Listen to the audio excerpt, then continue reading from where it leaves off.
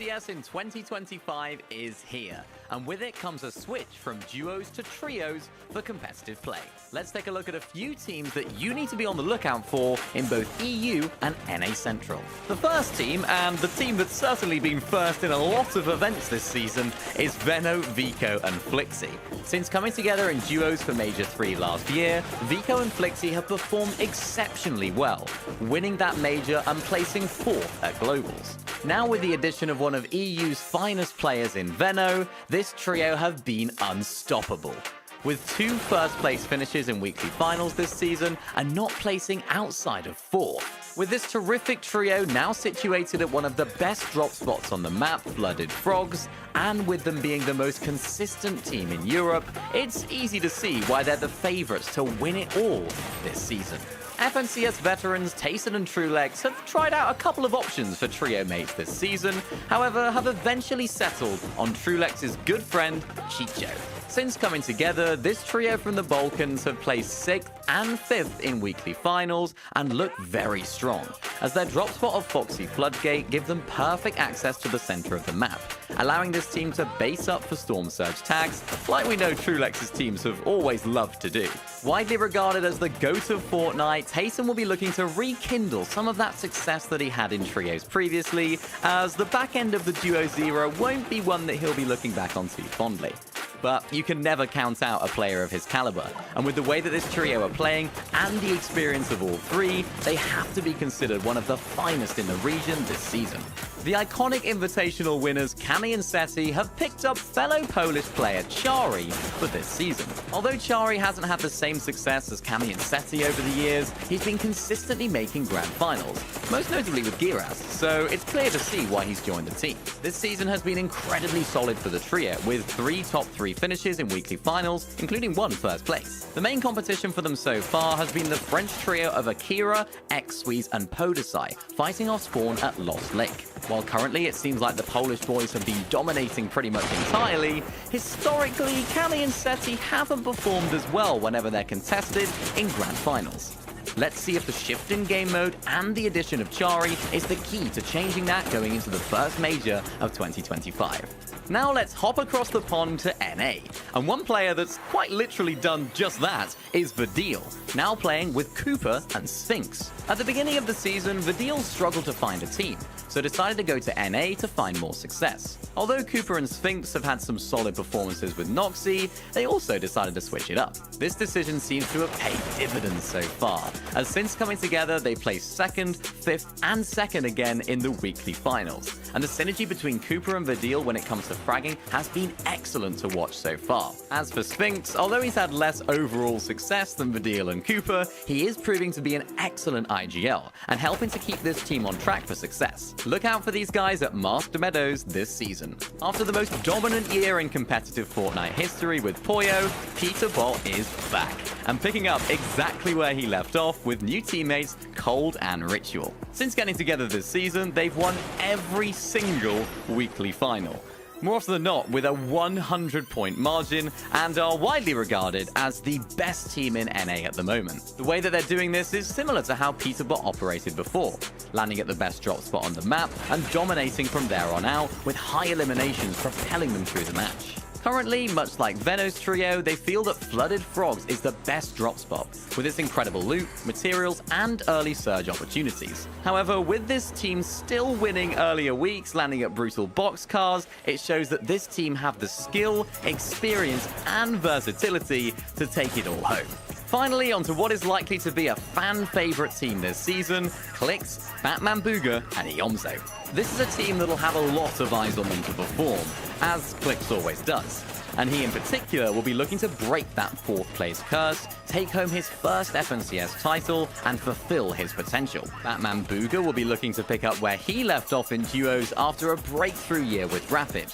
And Iomzo will be looking to bring the firepower that we know he can, but hadn't quite seen to the fullest during Chapter 5. As for performances so far, it's looking good for this trio, as since coming together for Week 5, they managed a 2nd place in Opens and a 5th in the weekly finals. This, combined with their solid drop spot of Lost Lake, make this trio an exciting prospect, and one that fans will be watching closely. Let's hope they can bring the heat in grand finals. With so many teams to look out for, it's impossible for us to fit them all into one video. So let us know down below which teams you're excited about going into this season's FNCS. And we'll see you very soon for the start of Major 1.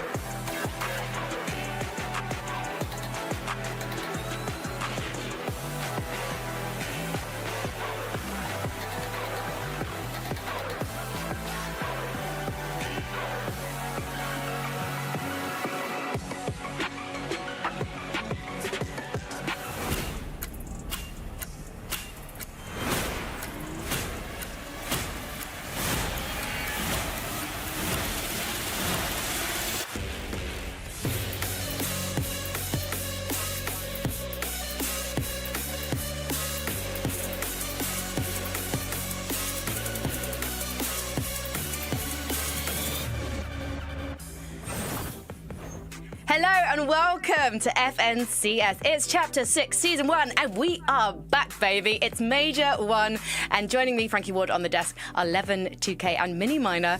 So let's bring them in now. Omni-masking in. Hello, Levin. You actually did do a little bit of an Omni-mask then. How was the teleportation for you? Feeling fresh? Smooth. I think, I still need a couple minutes to adjust, but I'll be all right. We got some time. And Miniminer, you're more of a Typhoon Blade man. Yeah, I am. I like to keep on the ground, keep traditional in my rotation, but it feels good to be back doing the shows again, man. It feels good to have Fortnite back. And you know what's interesting to me is the past couple of years of FNCS, it's been all about duos. This is going to be my personal first season covering trios. We're still a desk trio, and yet you still haven't played with me yet. But we've got no time to discuss why that is and for me to be humiliated on the broadcast, because we actually want to hear from some of our pro players on their thoughts about the biggest changes now we've headed back to trios.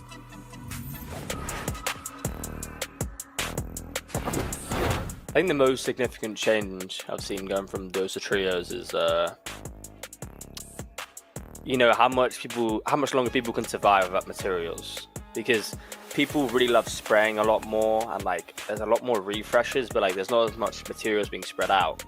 So people just love to use their armor. I've never noticed it so much. People love that spray, and it's less shotgun oriented now and more playing as a team and spraying.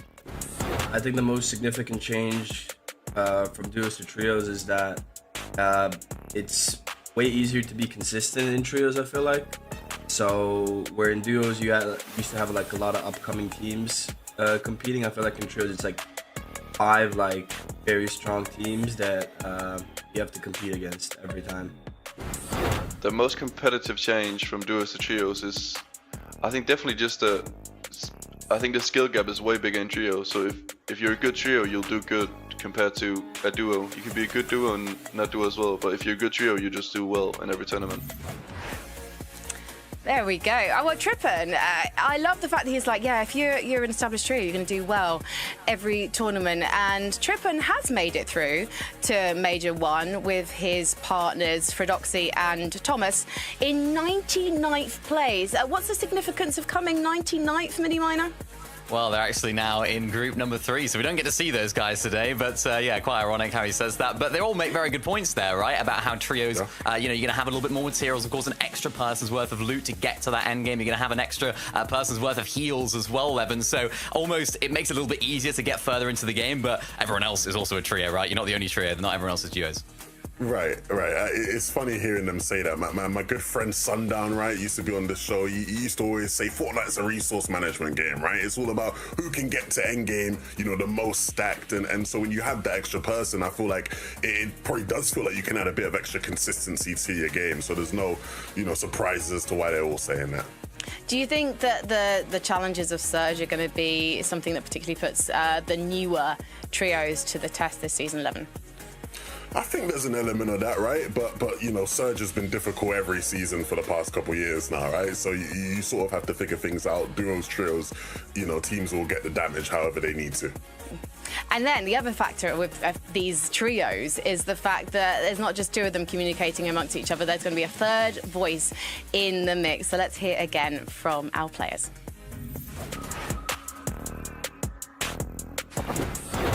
The team chemistry and communication, that was always just about playing a lot together and maybe talking outside the tournaments, just talking as friends and just talking about how your communication was in the tournament and just overall just playing a lot together and just figuring everything out. I mean, I feel like trios was always my upper hand rather than duos. But with my trios, with Immersive, we haven't been playing for that long, so right now we've just built chemistry by having good vibes, enjoying playing together, and just having fun. How I developed my chemistry with my team, over the last month I've been playing with them is, it's a bit harder because they're fluent German, so it takes time to get adjusted to things. And for example, when I'm dead and they're duo clutching, they'll just speak German, so it's a bit hard to communicate with them at times like that. But it's nice that we have a coach who can chime in, who's also German, who can tell me what they're saying and give me help me understand things a bit more. But it's been about mostly keeping it fun and lighthearted, because sometimes you have to remember you are playing with, you know, people who are younger. I'm 20 now, but I'm a bit more experienced, and that's the harder side, keeping it fun, because I see this as, you know, a career, and they're not seeing that at that level yet. I love that Venno is just like, okay, yeah, it is business, but I've also got to remember to keep it fun for my trio because I'm old now. I'm 20. I've got to be responsible, Levin. No, absolutely. I mean, it's funny hearing Venno say that because I know he's had some struggles in his trios at times, trying to be almost that babysitter. But you know, you got to do what you got to do, man. Yeah, and he makes a great point there as well about communication and language barriers. I feel like it's often so overlooked with people that watch competitive Fortnite. We don't get to necessarily hear the comms too often. So it's like, particularly in Venno's case, of course, he was speaking about the teammates, of course, being German, speaking German. There are other trios that have had that as well. Sky and Scroll, of course, would have spoke Danish when they play with Restguard. Now they're playing with iDrop. They have to switch to English, I'd imagine. So that is such an important element of Fortnite that just often gets so overlooked. And no, yet, it's oh no, go on, Levin. Yeah. No, it's super underrated, right? I feel like when people don't realize it, just because again, a lot of these guys maybe can speak in English as their second language and do it well. But when you look at the history of FNCS winners, right, the overwhelming majority are people who are able to speak in their native language. And when you look at the people who beat that trend, right, the likes of the Queasies, the Taysons, the Vennos, what's the trend amongst them? It's literally like the best players ever, right, to reach the mountaintop while not speaking in their like first language, or not Venno actually, but you get what I'm trying to say. So it's not easy to do. It's super, you know, important to have good communication. It really is, and yet somehow I've ended up managing to get this job despite the fact that my communication sorely lacking at times. But you know what? We have two casters who never are lost for words. Returning to Europe, best region, it is the best Taco and Takata. Thanks so much, Frankie. But hey, give yourself a pat on the back as well. I mean, the desk would not be the same without you there. I'm sure Levin and Miniminer could agree. But Takata, me being back in EU, home sweet home, it is not the only change that we have happening for this chapter, because in comparison to Chapter 5, we're seeing the shakeup now. It's no longer focused around series points for the format. Instead, we're doing things a little differently. Exactly. Let's actually take a look here. So instead of opens and semifinals, we now have the play-in stage and the group stage. Play-ins, 99 trios will qualify from into the group stage. And the main difference here is now they are 3 different set lobbies. To qualify from these set lobbies to the major finals, you either have to get top 5 on the leaderboard or take home one of those 5 potential victory royales. The remaining 3 trios will qualify from the last chance, and that will have our total 33 trios in the major finals. But Taco, major finals are a little different from last season. Yeah, we're not going to see that 1.5 times point multiplier any longer on day 2. So both days, while always crucial, now you just means that you can't have that fallback option in case you're trying to make up for some lost time. But that's enough emphasis on the format. Right now, let's get back to focus on some trios at the desk. Thank you so much, guys. So there you go. Consistency is going to be even more important than ever when it comes to our major finals. Let's, though, have some early predictions from our analysts, or rather, let's have some from Miniminer, because Miniminer, you put together your top 5 predictions for winning Victory Royales today across our 5 matches. Yeah, that's right. I've decided to pick 5 teams that I think are going to be winning a game today. Historically, my predictions have always gone very well. So let's have a little look at what these are going to be, of course. Number 1 on the list, Levin, iDrop, Sky and Scroll. The best team so far in terms of the play-ins. They won that week. They had 4 wins in the play-ins as well. They only played 16 games, so a quarter of the games they actually managed to win. I think this is a no-brainer for a Victory Royale today. It's good to see you still sticking with iDrop after all these years of him letting you down in predictions. Look, it's a no-brainer. I think many people look at this group and they instantly look at iDrop and Sky and Scroll, and with the form they've been on, you know, they won the play-in, right? So this is clearly the team most in form here in the EU. I think they're likely to win a game. And the beauty of them is they win games in so many different ways, right? Of course, this season, high ground has been like one of the most obvious ways to win games. We're seeing teams play height from early, and this is an example of a game where they do it so well. The zone pulls towards the island. They play for the island one, so they're going to obviously have that invis coin and a bunch of other, loot and whatnot. But then they can TP, use the Oni TP to get into a good spot where they can build up for height, invest a lot of materials. Skrull getting a bit PC with his Skrull will buy and still have no idea how he does that. But ultimately, right, it's all about, investing your mats in these early positions, making sure you're aware of the different zone pools, so if it does pull away from you, you can TP into a good spot to stop other teams from taking it. And they just do it so well this season. Yeah, I mean, that's highlighted right there on that screen. You could sort of see exactly where they're positioned. They were looking out for each other, making sure that teams can't just triple TP up onto height, which is a real danger this season. So playing height is certainly a bit of an art this season, and having that chemistry that this trio have is absolutely vital. And that's why they're the team that had the second most victory royales when it comes to the play-ins, because they just have all of these different facets, all these different strings to their bow. And one of the other strings, of course, that they have is the low ground, the way that they're able to play when things don't necessarily go their way with the island, when they can't build up and get that high ground early on. They use their fragging abilities to their advantage on low ground and really pick up so many eliminations and therefore so many refreshes as well. Yeah, look, this game I think, is a great example of how they use it, right? You can see them there making sure to claim space on the opening side of the zone, waiting for these players to drop down. In this specific clip here, right, you see Sky tarping ahead, using the chug splashes that they had this season to claim that position, give them more time to fight and look for refreshes. They're making sure to use those Sentinel pump shotguns and the incredible amounts of structure damage that it deals to be able to secure refreshes as well. And again, just making sure they're just using everything available to them in this season as efficiently as possible to win from high or low ground. Well, you've convinced me, Mini Miner. I'm pretty sure that these guys are going to be taking a victory royale today. But what about the other four names on the list? So, Teeny, Skibbery and Haris, that's an interesting trio. It wasn't necessarily a trio I expected to see competing, I guess, at the start of Chapter 6. Why have you put them on the list? Well, I mean, if you look at them on paper, you think this is a fantastic trio. They're going to absolutely dominate and do incredibly well. And I still think they will do that, hence why they're on my list. But so far, not so good for this trio. They've actually only made one out of the 3 possible weekly finals that they could have made. In that actual weekly final, they placed 31st, which is not ideal at all. But the reason why I think they can win and they should win today is the fact they just full send high every single game, Levin. They are a team that can do that. They have it in their locker, and they're actually the team in the lobby with the most wins in all of the finals that they've had, whether it be divisional finals or, of course, those Eval finals as well. So they have it in their locker. I don't think it's going to be consistent from their 11, but I think they will win. Yeah, I think that's a pretty fair pick. I think a lot of people would agree with you on that one. I like you also taking Vanya, right? Vanya, Pixie, and Marius are a team that have looked very good in the little we've seen from them. Of course, it's been a weird journey for them, right? Because they sort of started with Marius, dropped Marius for Chap, played worse with Chap, then picked up Marius, started playing good again. Were contested in the final and still came second. Like they've had a bit of a rocky journey here, but ultimately in this lobby, I think a lot of people expect them to do well. If you actually look at the stats when it comes to this type of format, where it's like a win and you're in, reboot round style, Vanya has some of the highest win rates of anyone all over the world. So this guy is primed when it comes to winning in these type of games. Well, I'm hoping to see him challenging for height later on today. I would love to see Mini Miner's predictions, though, for the top 5 teams that aren't going to win a victory royale today, but will be incredibly consistent in terms of getting to those end games and picking up the points. So who have you got for us, Mini Miner?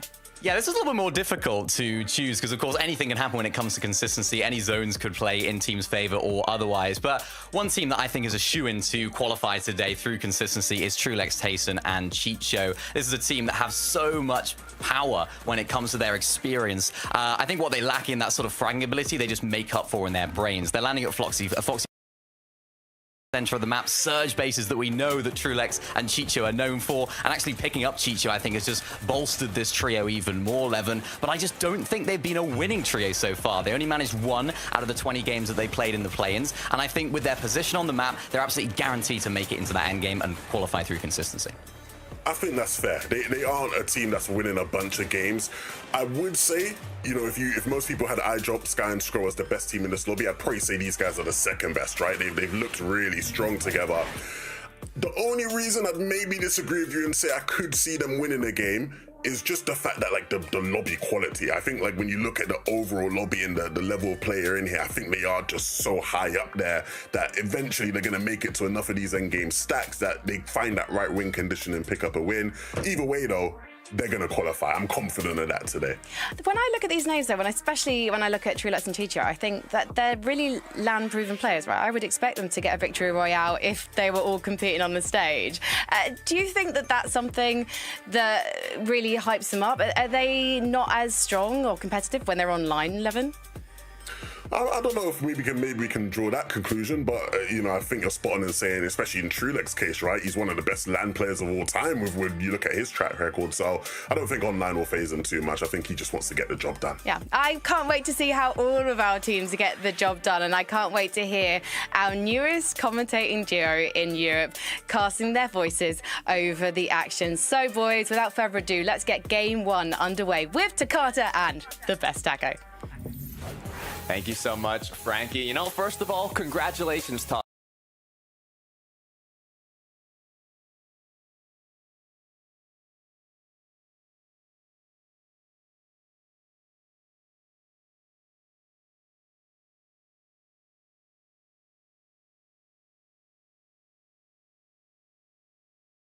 Taco, you're back on the best region, EU. How does it feel to be back? It feels great. I think it is hilarious, though, the way that everybody just has to put the emphasis on the best. I don't want to get full betrayal just yet, the NA like that. But no, I'm definitely excited that Takata. I mean, we're seeing group stage number 1 kick off here today. Oh yeah, it's going to be a lot of fun. We already had the play-ins. The battle bus is already ready, so let's kick off group 1.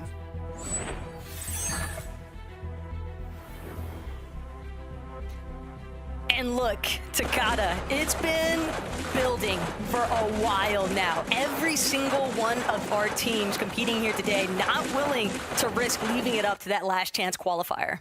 Oh yeah, if you took a look at the drop map, we do have some interesting contestations coming through, but we are going to be starting it off at Twinkle Terrace with Marine here. Just one other trio contesting them. I know part of the play for Marine, Dirty, Ziffy, they're going to have to keep an eye out. Seems like Sakura Stadium's still going to be something left up for grabs later on, a little bit further west if they want to try and pick up more on their medal, but bit of a stalemate so far. Neither side really willing to push the other just yet. Right, in these situations at various different POIs, you know, you have times where there's a far superior side that both trios might just try and potentially 50-50. But when you're in these set lobbies, sometimes you might just want to stick to your roots. You have your loot path already set up. You have your kind of strategy to try and come out on top in this early game. So we'll see if the aggression comes through. But from what I'm seeing now is Haijo is not in a good position. Defending for his life currently, considering Trexer. Robin, though, could potentially be revived here, but Haijo, he's not going to get the space, losing a lot of hard mats, basically what he has left here, but he's trying to commit to this revive. Now finding the walls just continue to be aggressed on by Fricks, but Fricks refusing to let this revive happen onto Robin, and finally he breaks through. Fricks will find that final elimination. Trio successfully eliminated, but it doesn't look like Fricks has been left in the greatest situation either. Solo will be able to play for the reboot, but that's bound to draw attention from elsewhere. Yeah, so far I didn't see anybody close by. This is going to be big. That is where Night Rose is at, so they will hopefully be able to finish that up, clean it up, but we are going to move towards iDrop's trio here, which are looking incredibly peaceful. No danger in their surroundings so far. But if we look here, the Spanish trio, Kramsu, Clone, Case, all fully up here, looking healthy at the seaport. But this couldn't last too long. And Case having a bit of fun on socials at the expense of Splash's trio. A little bit of a drop situation that could be the real thorn of the side for Mirus, Shrift, Splash, but what matters is their fighting capability. And right now, completely smothered to the low ground, it's going to be difficult for them to actually find an opening since they're playing for that lack of elevation. Marine seems to have gone down here, is going to be fully eliminated. But this engagement is just getting started as the Oni mask is going to be used to take high ground. Now shots from above trying to pinch out the player, single him out, do what you can to clean this up, as they will be able to secure the knock. quick elimination onto Ziffy. Not a single teammate has gone down. It's all about efficiency in this early game. You want to be able to clean up these fights as quickly as possible so you can continue on your loot path if you haven't finished looting, or if not, get ready for that surge path. They are going to use a water sprite though to heal right back up, and I'm not even sure if they're going to hunt down that last player or just maybe get a bit more centered as the game continues. Yeah, but I mean, you're talking about efficiency as far as loot paths are concerned and capitalizing on these quick fights, but that was the problem for Marine's trio. They weren't able to actually close out that exchange at Tunkel Terrace initially up against Syla and Nazik, so instead just pounced upon, and Gorditi, Scary Sean, Joanne, they just get that perfect prime opportunity to secure their surge early on by just third partying. And that far on the outskirts, it's highly unlikely they're going to have to worry about teams being able to rotate behind them now either. So they might even be able to just prioritize fishing at this time. Yeah, it is a crucial part of this meta, trying to fish as much as you can for those shield fish, which then you can use to recuperate the shield you lose, getting those Storm Surge tags. We've seen also the Oni mask being used a lot throughout this season because you can kind of spread out a bit more than you'd normally be able to find tags from various angles. As we look at a potential engagement forming here, Teeny, Patris, Scurry, looking for an angle here. Does have that Typhoon Blade in hand to get a bit more elevation on their jump, but no shots are going to connect yet as they continue to look for an opening. Just a Typhoon Blade versus Void Oni Mask classic. Teeny at least gonna try to see if he can make a play for the high ground, but Mystic being able to teleport up there, so much easier for him to just reconvene with the rest of his trio. Maxi, Prax, now also gonna look towards the high ground. 6 Chili Chug splashes, so they could get aggressive here if they wanted to. The question is whether or not they feel like they've got the fighting power to match that from Hatris, V, and Teeny, because while Mini called it, they haven't necessarily had the most successful season so far here at Takata. They're still a force to be reckoned with. Yeah, it doesn't look like any engagement is going to come through. They had the pre-Oni mask set up in case they were going to get pushed, but it wasn't an aggressive Oni mask. It was more like a defensive one, just getting ready to combat the push that never ended up happening. So we'll see what for 9X Force and Rabana doing now, as it looks like they are incredibly healthy, loot-wise, shield-wise, material-wise, basically everything you need to just continue forwards and now start looking for a bit more damage. Bound to have noticed the surge base off in the distance though, but what's really drawn them closer up is the shots fired. Gova, Seren, Kiefba as well. Currently dealing with the French trio, Nosif, Nate, and Nazen, and this battle taking place here on the mountain range. So it'll be a lot easier for one of these teams to essentially spot out if they're getting pressured anytime soon here from a third-party circumstance. But Nazen, he's been a little bit too far split from the rest of his trio. He's getting 2v1 currently. I hope Nazen has an Oni mask. I hope he has some sort of escape here, because especially in trios, if you're in a 3 versus 1, it's incredibly hard to get out of the situation. Triple sprays, triple shotguns, anything they possibly can to get some shots in the door. But they are gonna have to clean up this fight if they want to continue moving forward. So just giving more time for their opponents to get closer and closer and kind of support their teammate that was singled out. And it looks like they might have just taken too long, or they didn't want to take that risk. It's honestly Tayson, Trulix, and Chicha that I'd be the most concerned with, because that mountain span from Foxy Floodgate has prime viewing towards this mountain range here, spanning over the base tunnel. And so Nosif, Nazen, they know they can't afford to stay out in the open for much longer, but that rotation might lead them straight into the hands of Teeny's trio, and they already had to expend quite a lot of mats for a fight that just fizzled out into a whole lot of nothing. Maybe they got some surge tags, but not sure if it was enough for it to really be capable for them to just focus on rotations. Yeah, only time will tell. A lot of materials were used for that engagement, and not even sure if it was worth it, but I believe I saw some Oni masks being used to disengage here. They are inside of the storm, as second zone is going to come to a close here shortly. Nothing to be too worried about yet. You can see the 4 shield fish in the inventory, making use of that. But so far, I don't think we'll see anything too game-changing from this trio here as they just continue to disengage. have to keep eyes, though, on Shark, Ju, and Andy. Shark especially has just been so impressive. He's had a pretty dominating Chapter 6 so far, Takada, even when it comes to like the solo Cash Cup performances, the eval finals, for example, and really excited to see how he continues to operate alongside the rest of his team. Still 89 players up. Only 3 trios have gone down. It's almost looking like a major finals already, as we see a lot of trios on the edge of zone here. They're healthy, but no metal, basically. Could use more materials. As now, kind of the hunt for Surge, the hunt for damage is what Teeny's going to be looking for. Why does it feel like every time we pan over Teeny, though, he's always crouch walking up onto someone?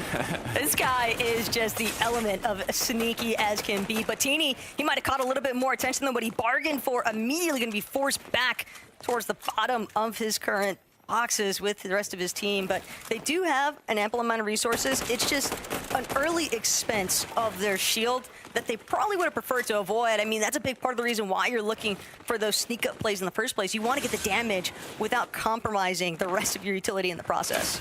Yeah, this is one of the trios that, you know, I would expect to get a VR in this Group 1. They are actually the only trio in the lobby that has 2 set lobby VRs already this season, throughout the Eval Cups, throughout the divisional finals. So, I mean, I see them as strong competitors to take home even potentially this game number 1. As a quick reminder, it is going to be 5 matches that are played out. The ways to qualify are 1 through consistency, place top 5 on the leaderboard after those 5 matches conclude, or, you know, just get a victory royale. And that kind of opens up the opportunity of, hey, whoever gets this first victory royale, if they're uncontested, going into next match, there might be an open drop spot. So we'll maybe see some changes as time goes on and these matches continue. And, you know, Levin made a call earlier about, we're talking about, you know, lobby qualities, essentially. And I think for a lot of these teams, some of them being a little bit newer faces, essentially, to this set lobby kind of format, I think that that's where we can expect to see some of this hesitancy coming through Takada. A lot of teams not necessarily wanting to be some of the first elimed, but that means that that surge damage threshold is gonna start to be pretty heavy-handed against these teams. It really just depends on who's actually been able to stabilize themselves with their surge damage so far. Yeah, I mean, 86 players still up, getting closer and closer to that 4th zone. This is a match. I'm excited. This is what I've been waiting for. Taco, the group stage is always something special. As we'll take a look once again. Well, I was gonna say Teeny's trio, but they're close by here. As we look at Kerwa's fan, which is Hedra, but, you know, I'm just gonna call him his fan for this game. Alongside Hyper. We'll see if they're able to continue with the dominance they've had from the early game. I don't want to make the caster curse a reality, though, as they do get cracked instantly from Teeny's trio. Yeah, big factor working against Kira's trio is the fact that they've had to go cross-country for this one, right? Essentially starting off at Whiffy Warp, now all the way over in Pump Power, and this zone just appears like it's going to keep pulling over this mountain span, keep pulling closer and closer to that water line that spans around the outskirts of like Shattered Span and the like, and it's not easy to play these water zones either, Takada, especially if you don't have that Void Oni mass to depend on, because teams are just having to utilize so much more resources than what they would like to. And even Teeny's trio, a little bit worse for wear as far as that material count is concerned. They need to take a fight and they have to win it out. Right, I mean, before you had the water boon, but that's no longer in competitive, so now you want to get that shield back. It's either Water Sprite, Shieldfish, or Minis, but as the aggression continues, Atris, Teeny, Skavi, making sure to poke from various angles. You don't want to all enter from the same wall if you're not looking for a triple spray or triple shotgun. You want to just find individual angles, try and cut off one of your opponents, do whatever you can to either get a crack or get a knock and give you that upper hand in this fight. 1 above and 2 below.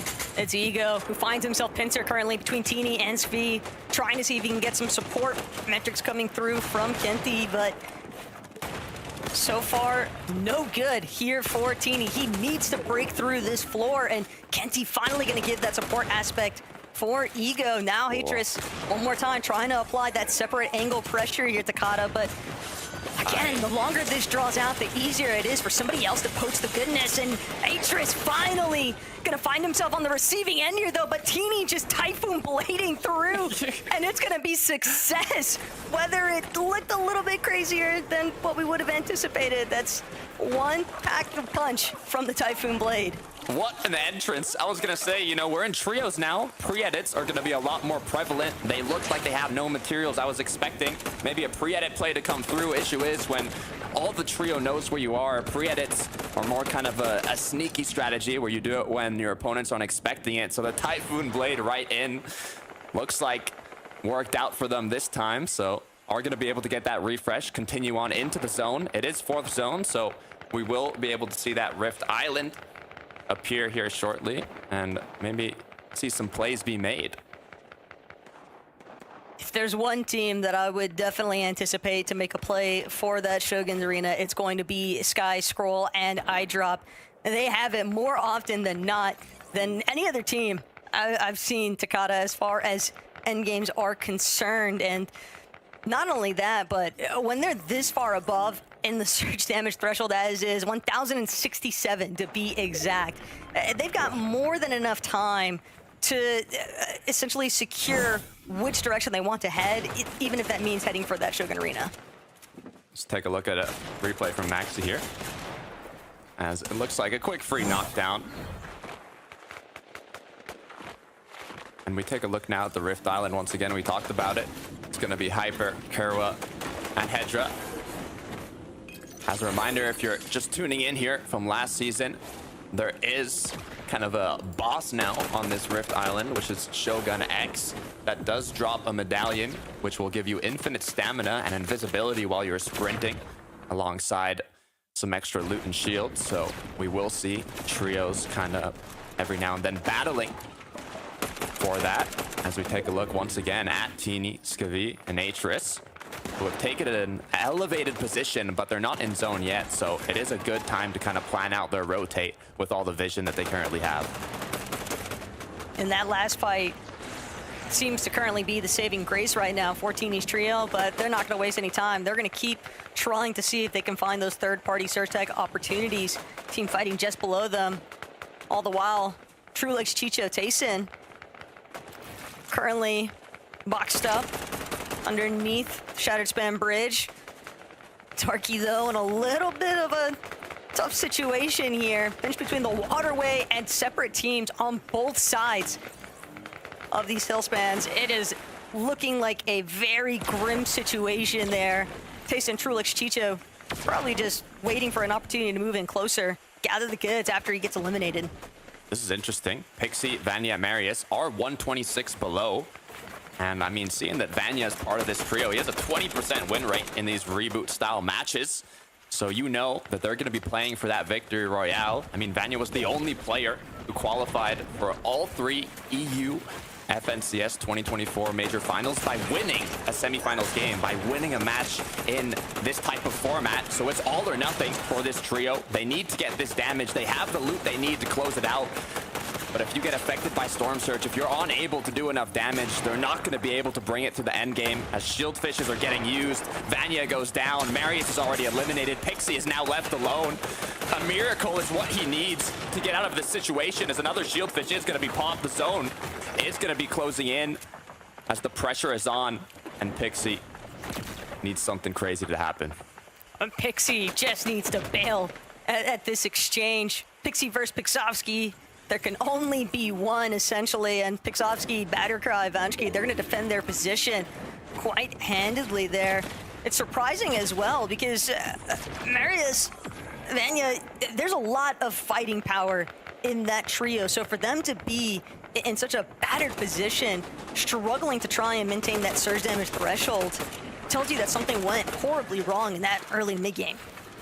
Yeah, curious to see how it looks in the upcoming matches. Kind of see how they play it out, if they change anything or what maybe is going wrong. But so far, to focus on the moment, Hyper now 106 above. not too comfortable. I mean, they are in the zone, which is a good position now to find tags, find options on all the other trios in the surrounding area, but it looks like Axe Force is going to be going close here. Raban closing space, gets straight into the box, but he's going to be cracked as well, as now Raban has to take some time to heal up. No player has gone down yet.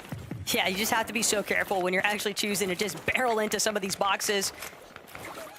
Palm can be menacing, but for me, Takada, this is the team with the Shogun medallion. Hyper, Hedra, and Kira, they could look to play this much more aggressively than what they have been. And granted, it could just be they're trying to just size themselves up for a better position. Don't want to be playing it necessarily from the low ground, but infinite stamina and invis, that is just so much fighting power behind it. I would love to see them get more aggressive with that. Yeah, I mean, it's good for finding those angles in kind of unexpected situations, but when you see the whole trio coming close, you do have to be careful, as it looks like iDrop's trio here did secure a quick refresh, good amount of damage. We are in 7th zone, so this is 5 damage per second out of the zone and 40 players for Surge to be active, so there's still 12 players that need to be eliminated, which means nobody's safe unless you're that trio up top, who was, I believe, almost 1,000 above Storm Surge, so. Yeah, getting a chance even take a look back. We knew Pixie was practically full shambles when we last left off, and iDrop, Sky, and Scroll, they're going to waste absolutely zero time with picking off what was left of them. Truelex, Chicha, Tayson, though, a lot of these teams, I think this is where resource management becomes so pivotal, because it is very easy to lose track of how many mats you're actually expending over these water zones. 100%. 92 above for Tayson, Truelex, Chicho.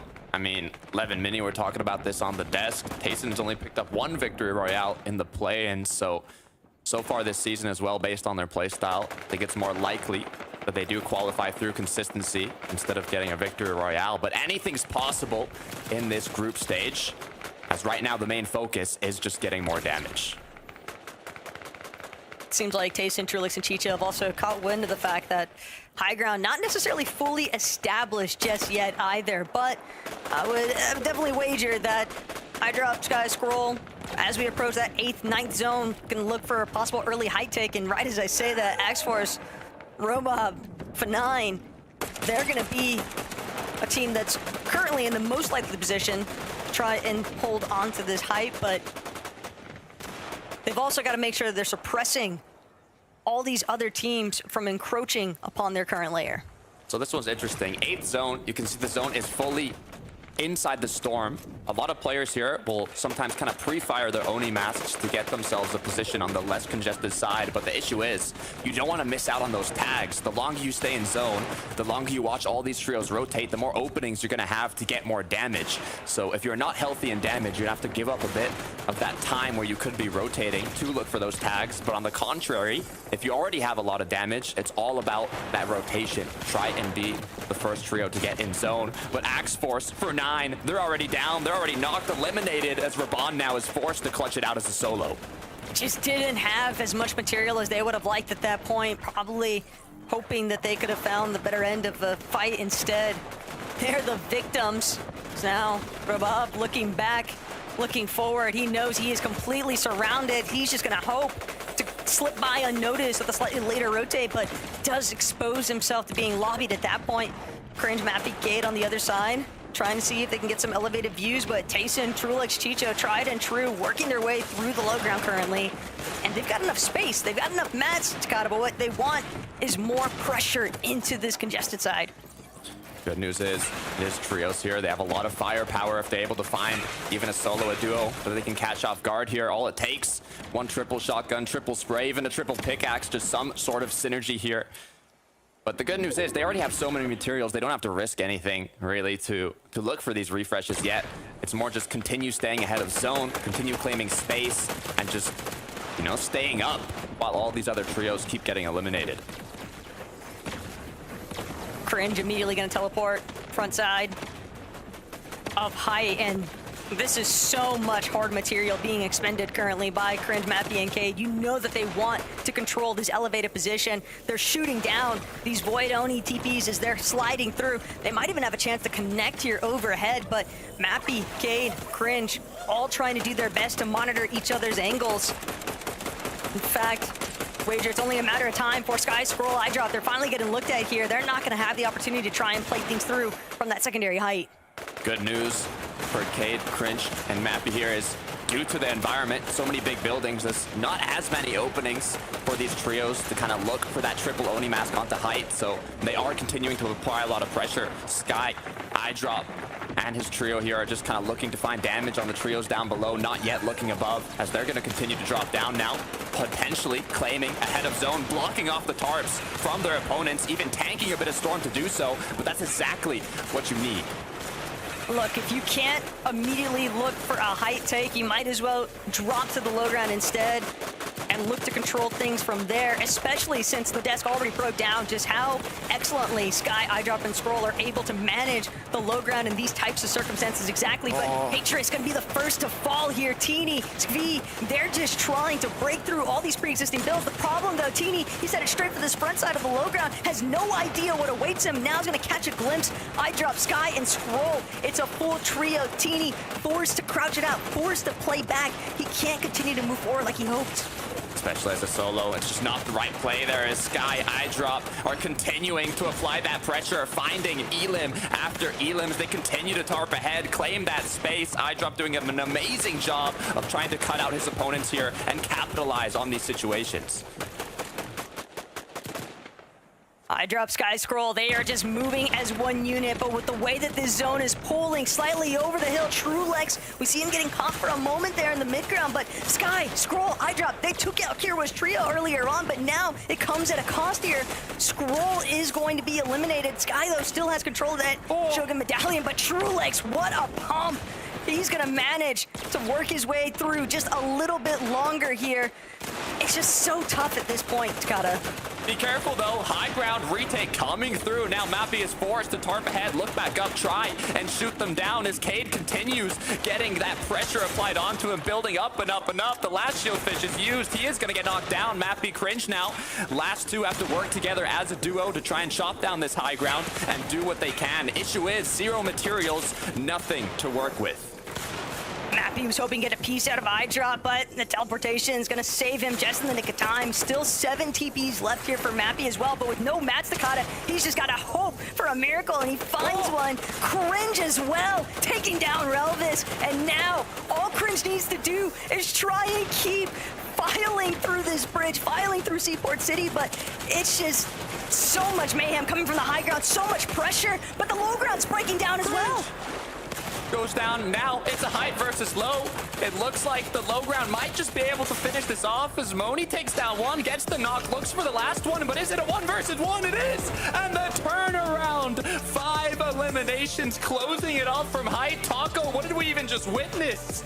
We just witnessed a trio that nobody had on their list for being a Victory Royale specialist here. Gorditi, Scary Sean, and Joanne find themselves with the very first security. And I mean, at the same time, it's hard to monitor the high ground from that position. So much mayhem just taking place there, Takata. But the low ground, that's what it really came down to, was just these teams picking each other apart. They never saw it coming from height.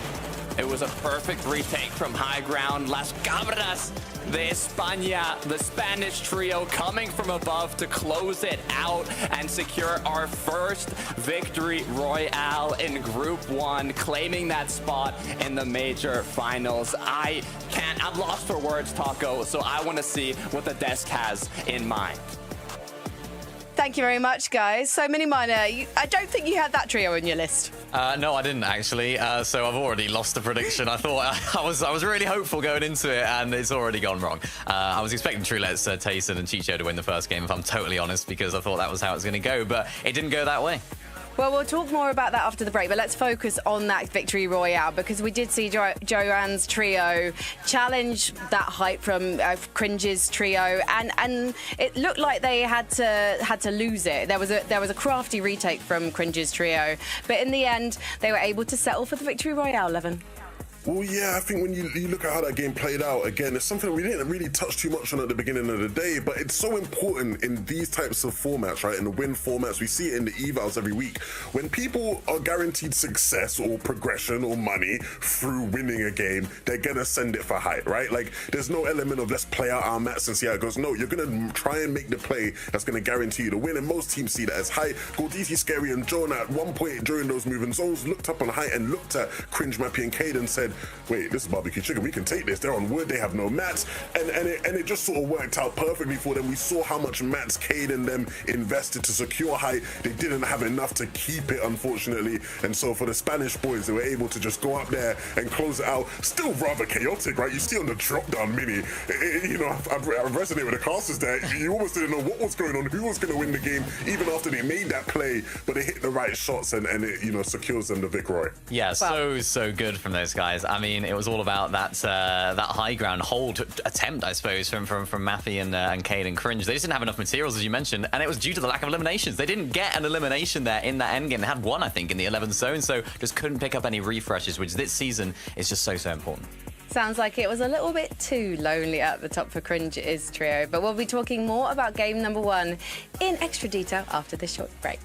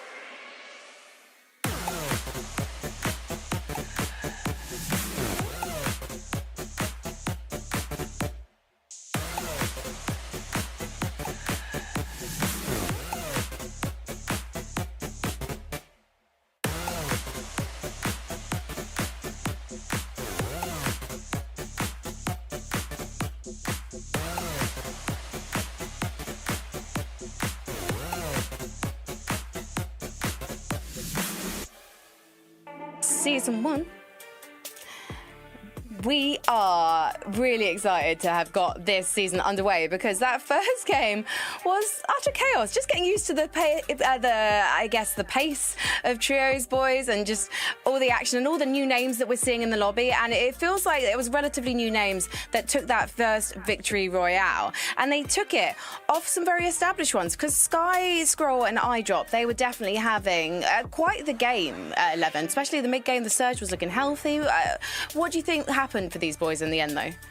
Yeah, I think there was like a crucial sort of moment that sort of cost them the game, right? They were looking sort of good during those moving zones, right? We saw them sort of staying ahead during temp zone, and you sort of look at them and go, okay, look, they're setting up well, but they were on the low ground, Mini. Yeah. And the problem for them is as we headed out of Seaport City, we started to move up elevation, and they just weren't quite ready for it, right? You see a moment here where sort of iDrop's at the front, he's like trying to fight someone on the low ground, Sky and Scroll at the back, sort of like trying to look for a refresh as well, get their mats up.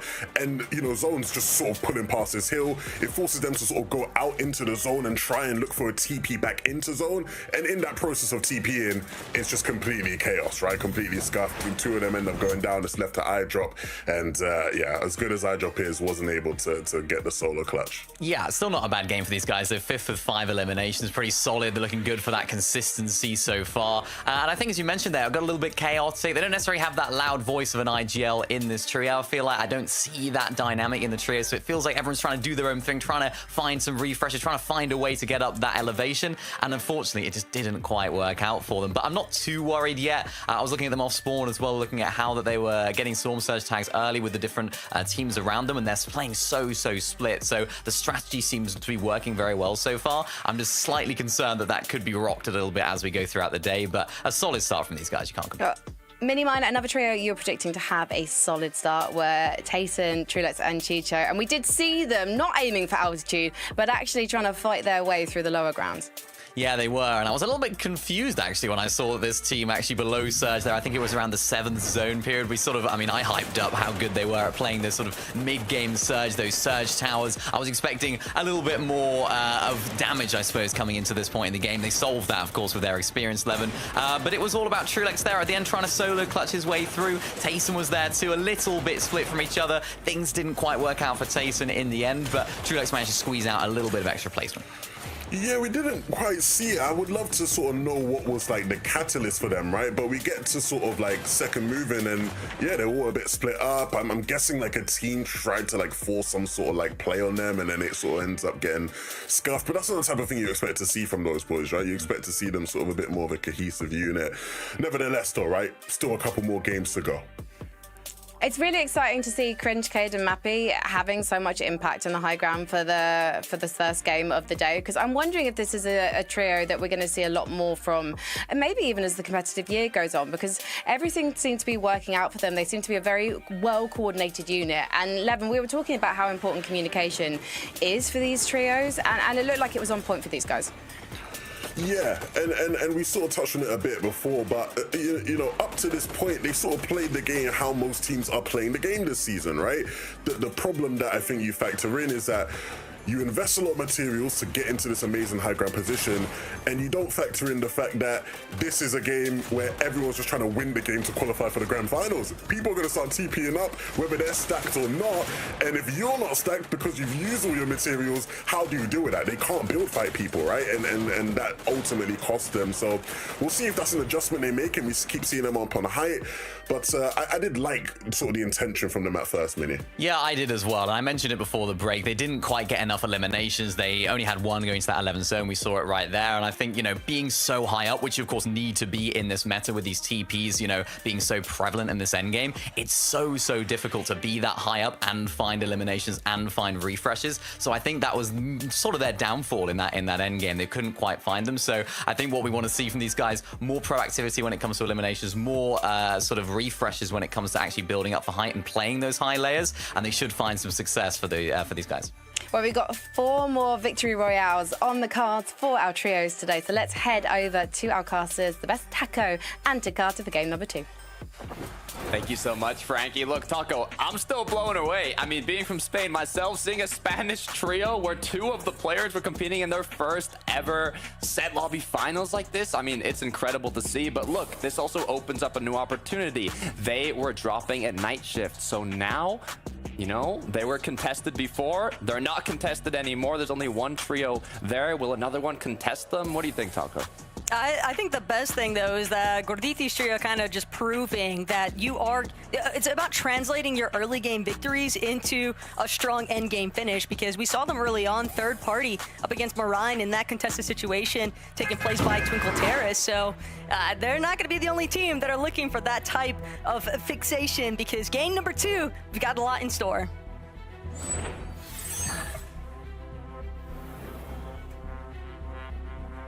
I'm excited. Only one game down, and I'm already feeling the group's excitement. Like I mentioned previously, Night Shift now only has one trio there. The issue is, I believe Brutal Boxcars had 3 trios contesting each other. I'm curious to see if anything has changed up, if players have kind of decided now, you know, maybe I can try and take over a Night Shift, I can go somewhere else. What's gonna be the ultimate strategy? But hold on a minute. Well, hold on a minute. There's definitely going to be some shakeups in strategies, Takada. Keep in mind that potential triple contestation that we might have seen with Risk, Fricks, and Stolly, they actually moved to Demon's Dojo and unsuspectedly conned Robin, Hydro, and Trexer. So I don't think that it's safe to assume that anybody is going where they might have initially led others to believe, because it looks like that triple contest was not the play after all for Fricks' trio, as once again they find themselves at Demon's Dojo trying to get the better end and succeeding so far. Trexer doing what he can, defend for himself. Stalling to be the first one to go down, but Trexer just trying to see if he can get a little bit of backup here. This time, Hydro a lot more prepared for that last minute con. Oh yeah, great job cleaning up this engagement right off the start, basically, meaning that now they should have what is a majority, all of Dojo free for them to continue looting, taking out that Night Rose NPC, getting that extra loot and continuing on forwards, just like Frixie is going to be doing as well. Yeah. Breezify, Big Luke, Act, Brutal Boxcars, just not going to be left alone. I mean, with it being a mid-map position, this is prime real estate to try and take control of. And not to mention the train itself, Takada, but it's not going to be an easy feat here for Nazen, the lone survivor currently of the French trio. Nate and Nosif hoping that he can just remain unseen so they can look for a possible reboot opportunity later on. Looks like Dirty Marine, Ziffy are just going to be taking pop shots from afar on to their opponents here, but I don't think any fight is going to be formed from this. As we'll take a look at another Spanish trio here up against Sheriff. As Clone has already been cracked, he's going to have to be very careful here as angles are being looked onto him. Going to be forced to disengage.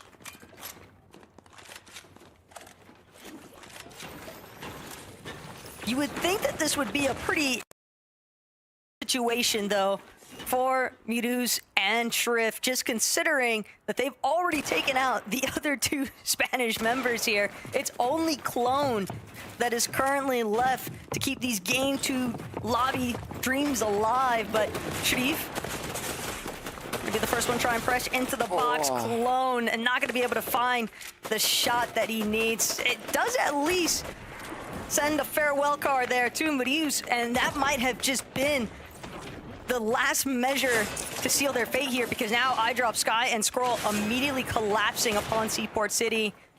Coming out of Rolling Blossoms Farm, it's just all too easy for them to third-party the situation. Yeah, it was played so well too. Miro, Sharif, they were able to get a nice little sandwich to get their elimination, but as Eyedrop kind of found that, maybe even looking at the feed, were able to know that, you know, players had been knocked down. It's a good opening for them to come in third party. and they played it perfectly to just get a bit of free extra loot, some free damage, and now even more options going forwards as we look at Atris and Skavi, who've lost Teeny already, but themselves are looking healthy. Unfortunately, reminiscent of a lot of the starts that Skavi, Teeny, and Atris have been suffering throughout competitive so far this chapter, but that doesn't mean that they couldn't look for a bounce back opportunity. There's still enough chaos taking place in this early game as well, Takata, that they could definitely look for a reboot opportunity early on. But Tayson, Chicho, and Trulex, they were a team that Miniminer was highly, holding in pretty high regards as far as their surge damage monitoring is concerned, and for good reason. I mean, very often, Tayson control these mountains a little bit northwest and southeast out of Foxy Floodgate, but more so ZYANDY getting a piece out of Henry for this one. Great job, you can see. Might have been even a pre-edited wall from before, but just taking pop shots with the AR, looking for those openings, those cracks, as ZYANDY was able to find one, but one of his teammates has gone down. Both teammates down now. ZYANDY from Glory to now down in the depths, playing it out as a solo in a 1 versus 2. Is he going to continue to fight this one out? Is he going to try and run away, come back later? As it looks like he's trying to take an angle, kind of looking to see what his opponents are going to do, but a whole other trio sneaking on in. Pre-edits come through, as now it looks like they might be able to clean this one up, getting straight into the box. As so far, no knocks have been made, but it's just a matter of time.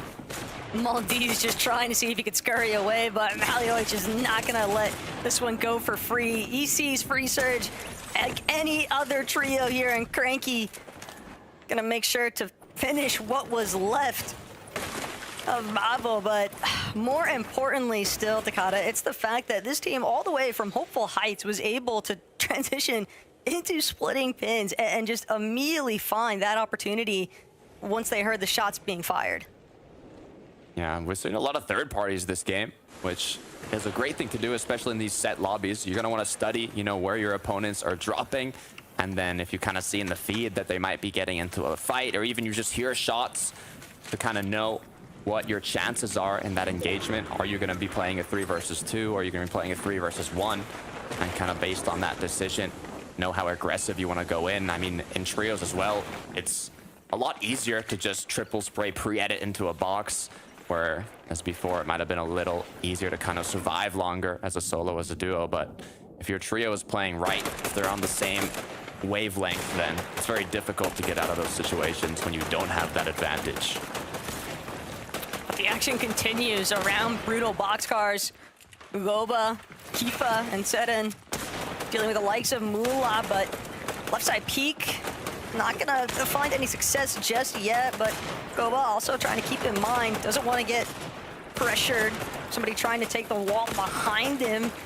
Still, slow and steady is not the circumstance here. These teams know with how much noise they're making, they're only going to draw in even more attraction here. So somebody's got to find time to elimination. It's got to be quick here.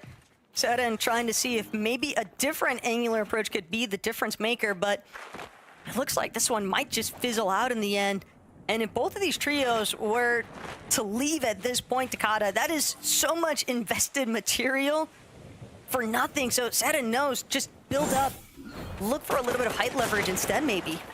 Yeah, I mean, I think they got a bit of damage. They might be happy with that. There's not too many trios close by, so we'll see what they end up doing. But based on this replay, ZYANDY's trio has been knocked out of this match.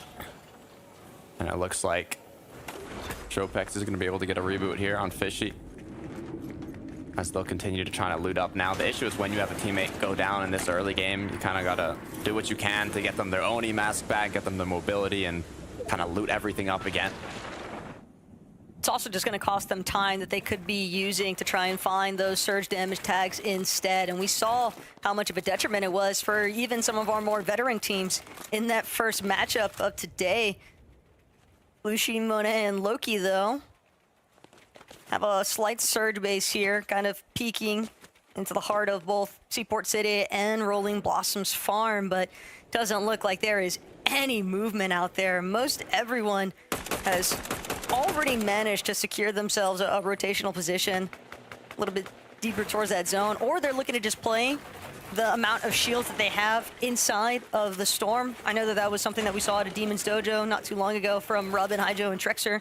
They had ample amount of resources because they found those eliminations so early. They don't feel that pressure, that necessity to rotate so early. Right. I mean, we're still in these standard zones, not even 4th zone yet, so there's no Rift Island. You have a lot more time to kind of play the edges here and control how you want to rotate towards the zone. So especially if you're stuck as a duo, you kind of want to take a bit of the safer route. For iDrop, Sky and Scroll, though, looks like they might have cleaned up something here. If not, they're just kind of splitting the spare loot, making sure their loadouts are looking good. But meanwhile, you have Moni up top, who I believe is tied for the most eliminations so far after game 1. But will that come to an end? As I feel some potential aggression coming. They already took some of the edits, as now they're going to chop them down and look for a potential fight. But the Oni masks were used. The good news about this season, about this meta, you can disengage very quickly, so it's okay to kind of split up from your trio and take various angles, various Storm Surge bases to look for those tags without putting yourself at too much of a risk of getting kind of jumped by a full trio. And it makes sense, too, why iDrop was after that fight in the first place. Because with this Typhoon Blade, it's definitely much more optimal when you just have your full trio rocking those Void Oni Mask instead. But the way that they're rotating away from Seaport City, almost surprised that they actually didn't elect to do a little bit more fishing. Could have just been a different player from their trio holding on to that. But Babo was temporarily back in action, eliminated one more time. Cobra, Cranky, and Malioich, they are still playing this southern section of the map, and the outskirts still being within zone means that they can continue to try and find those surge opportunities essentially against teams that were hoping for a reboot instead on the outskirts. Yeah, I mean, already 2 eliminations on the board, so they've got a bit of that kind of early damage. Will it be enough to kind of do a full dead side rotate? Not quite sure. We'll have to kind of see as time goes on of how many players are up.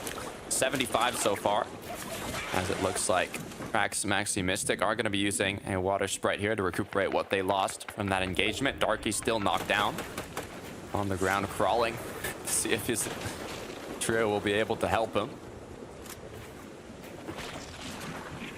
Problem right now, though, for Mystic and Maxi, and sure, they could always look to try and Void Oni around this issue, but Ein's trio kind of just positioning themselves between that movement into the safety of the next zone. They want to make sure that they are cutting off Mystic, Prax, and Maxi because they know this might be our best opportunity for Surge if they haven't actually found that chance just yet. They know, though, there's another duo behind them alongside the 2 trios, so it's kind of a risky situation in itself. There's always that potential for a third party no matter who takes the first fight. So I believe it's almost more worth it here to just do what Mystic's doing, farm up, make your way to zone. If you do want to even look for tags, you know, do it from the zone in an elevated position, shoot at the opponents that, you know, are going in later to the zone. So we'll see what ends up happening, but fourth zone has appeared. Rift Island is back in business, and iDrop, Sky Scroll are going to be the ones to look to take down that Shogun X, get the medallion, and continue on forwards. And look, they didn't get a chance to actually crane Shogun's Arena in Lobby 1. They still managed to get their hands on that Shogun medallion, though. Whether it was them who directly took out Hedra's trio in that last lobby to get a hold of it or not, hard to say, Takata, but the fact that they're now going to start with control of this Shogun medallion, and a lot of times I do believe that this trio like to opt for medallion priority essentially amongst each other. So I'm really excited to see if they're going to be able to kind of answer that call that I was hoping for in the last game, where if a team has control of this medallion, you can look to play very aggressively for height takes. Yeah. Hopefully they'll be able to capitalize on that, but Maltz is trying to capitalize on a sneaky shot. Unfortunately, it's not going to connect. It's going to use the Oni mask to try and run away, hide a little bit from Hedra, Kira, and Hyper's trio, but They're kind of hungry. They know it's a solo. They know it could be free pickings, and it's even on the way to zone. But they're not going to chase it. Also, probably don't want to give away too many shots. They're starting to enter that edge of zone. It's very easy to get lobbied if you pull in that undesirable attention. Kind of funny to see an elemental chest this deep.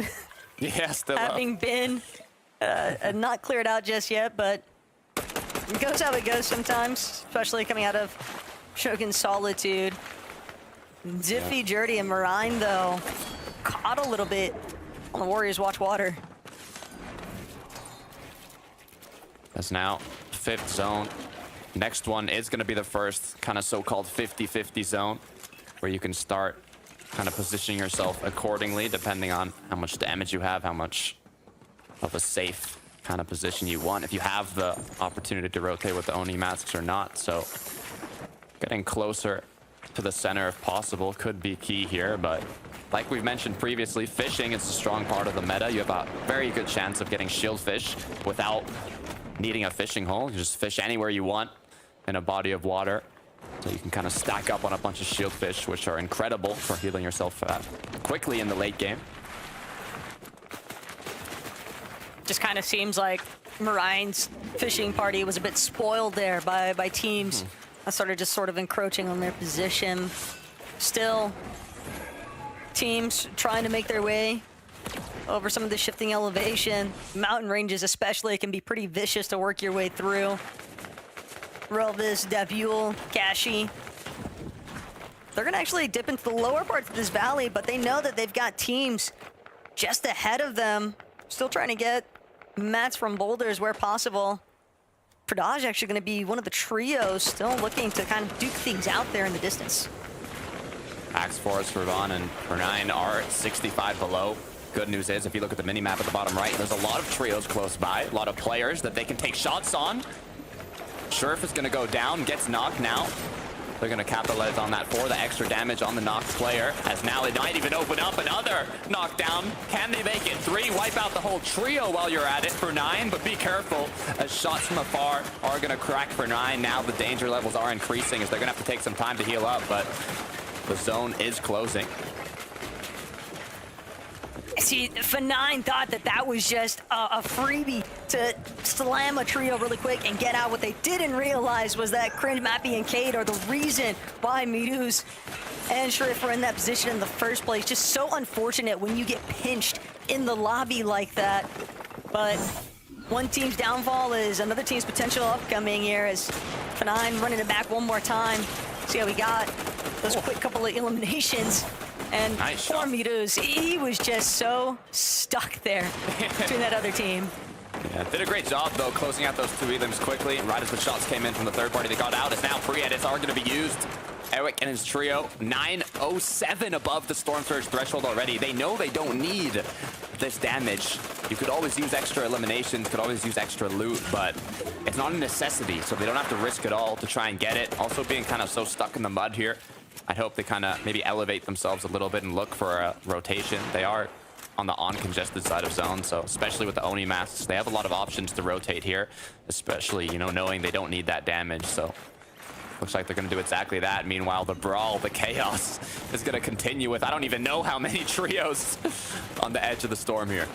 Look, they might not need damage, but what they definitely need is more mats. That could be a big part of the reason why they're trying to just linger a couple moments longer, see if there might be an opportunity to vulture some of those other teams that were just stuck in that conglomerate of box fight. Hyper, Hedra, Gyora, though, just trailing behind. And one more time, a trio that definitely needed some damage. Don't want to just stay barely above that threshold. They will find solid elimination here. Hopefully TrueLegs, Tayson, and Chicho have also found more success this time around. And sure enough, these are the damage threshold levels that we kind of expect to see from this team coming out of their position for Boxy. This is more the Tayson, TrueLegs, and Chicho Mini-Miner was talking about in the early mid-game, making sure they get more than enough damage while continuing to have a good amount of loot, good amount of materials, and be able to position themselves accordingly on these uncongested sides, get those early rotates. But for the duos that aren't in such of a healthy position, now are forced to look for more damage. Moni is one of the elimination leaders, so aggression is there, but too much aggression isn't always the answer. They don't want to leave it up to chance, though. Just barely hanging on above that damage threshold. They know they've got to rotate also. The problem, though, very likely that there's still going to be a team hanging out on the top of that Shogun's arena. But now both of these trios down below getting tagged up by that Storm Surge. They waited just a moment too long. Sure, they might be able to get these TPs through, but they want to get ahead because they want to look back, spray, hopefully just enough damage to elevate themselves. It's only 36. It's literally one tag here, but Lushi is just not going to find the opening just yet. Yeah, Moni now got an elimination, but has the Onimask back in zone. And the issue is, if you looked at the mini-map, the amount of trios that are going to be looking back from the high ground, from the hill, of everybody rotating in, it's just free pickings from the mountain. It's going to be raining down bullets, as now Lushi, Moni, Loki are going to have to kind of find a safe entrance while connecting these shots. It's one of the most difficult positions to be in, and as he missed his Onimask, I don't know what they're going to do. Look, at the very least, he didn't miss out on this elimination opportunity, right, Takada? So make do with what you've got. And that's definitely going to be the motto for Monet. That Siphon coming into play very heavily here. But as you already pointed out, all these teams that are already fixated on this Big Bend mountain range, it's going to be so hard for a team to work their way up, especially with a limited mount count as is. Loki, only 3 bandages as well. It is not looking good, Takada. Yeah, and you know, we've mentioned this earlier, but now all these trios that decided to, you know, take the option and put themselves or position themselves accordingly to take shots of the trios rotating in are now kind of missing out a bit on that rotation quickly towards the next zone. It is going to be a zone that's fully inside of the storm already, so if you're able to kind of be the first trios to get there, it could benefit you later on, but they are going to miss out on that damage from all the trios that rotated in. We'll see how they're able to kind of clean up this rotate. They have to go up a hill, go around a hill. You don't want to land in another trio's box with the Onimask, so doing everything together with a lot of synergy is crucial. It seemed as though Maxi, Mystic, and Praxi might have had one of the more ideal positions on top of this mountain range, but again, that could change at a moment's notice. Sky, though, obliterated while looking for some pressure. It's clear that this team wants to make a layer swap. They were hoping to see if they can maybe find a knock or even just apply enough damage that they get a free rotate out of it. Instead, it's going to cost them a good amount of their splashes to make sure that Sky's back to being up and healthy. So much surge, though, Takada. It does mean that they can wait a moment or two longer than everybody else, but high likelihood that they're just going to look for a TP to hide option. And we'll see that one of the 7 duos that did get a victory royale in the set lobbies this season, so hopefully they can do it again. But for Mystic, he's already lost one of his teammates and his other on just a sliver of HP. He can slip in the ice and it could cause him to get eliminated. Both now 12 HP on the board, doing what they can, as now Mystic is gonna get knocked, brought into the box of his opponents. And it looks like Cringe, Mappy, and Cade might be looking at a potential change in layers here. Are they gonna be looking up? They're going to have to go for the chop first against Vanjki and Battercry, who aren't trying to make this easy by any means, just continuing to wrap their way. Good amount of investment, though. Practically all of the break. That is going to be all of Cringe's brick at this point, so the hard mats expended does mean that Cringe, Mappy, and K, they feel confident that they're going to be able to make this transition for a high take.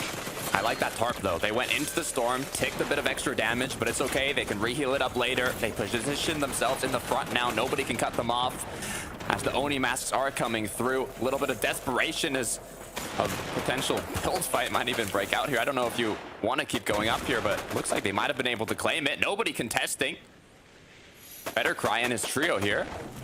It's a duo at this point, though. Yeah, it is. Someone is bound to look up soon enough here, especially with some of the teams that we see down below. Marius struggling, though, getting a bit smothered here. And Battercry trying to defend this high ground position alongside Vanjki, just taking separate positions temporarily, spraying down onto secondary height. If you're going to try and hold it as a duo, you might as well front. Act like you are a trio in the process, doing a decent job of maintaining towards that front side of zone as well. doing a great job of applying pressure to those trios that are second height, and they know now when they build out ahead, their next move is to look back, take shots, but after being cracked, it just opens up another option for them to play more aggressive. Height is going to be given up, as now Cranky and his trio are going to continue to build up. But the triple Oni mask, it looks like another trio wants it as well, as iDrop, Sky, and Scroll are continuing to fight this low ground. All Sky, Scroll, and iDrop are waiting for it is a pause in the action, and then they can up. They're already tarping through the secondary height layer towards the front side of zone. So it really feels like it's inevitable for them to try and look for that hide siege themselves.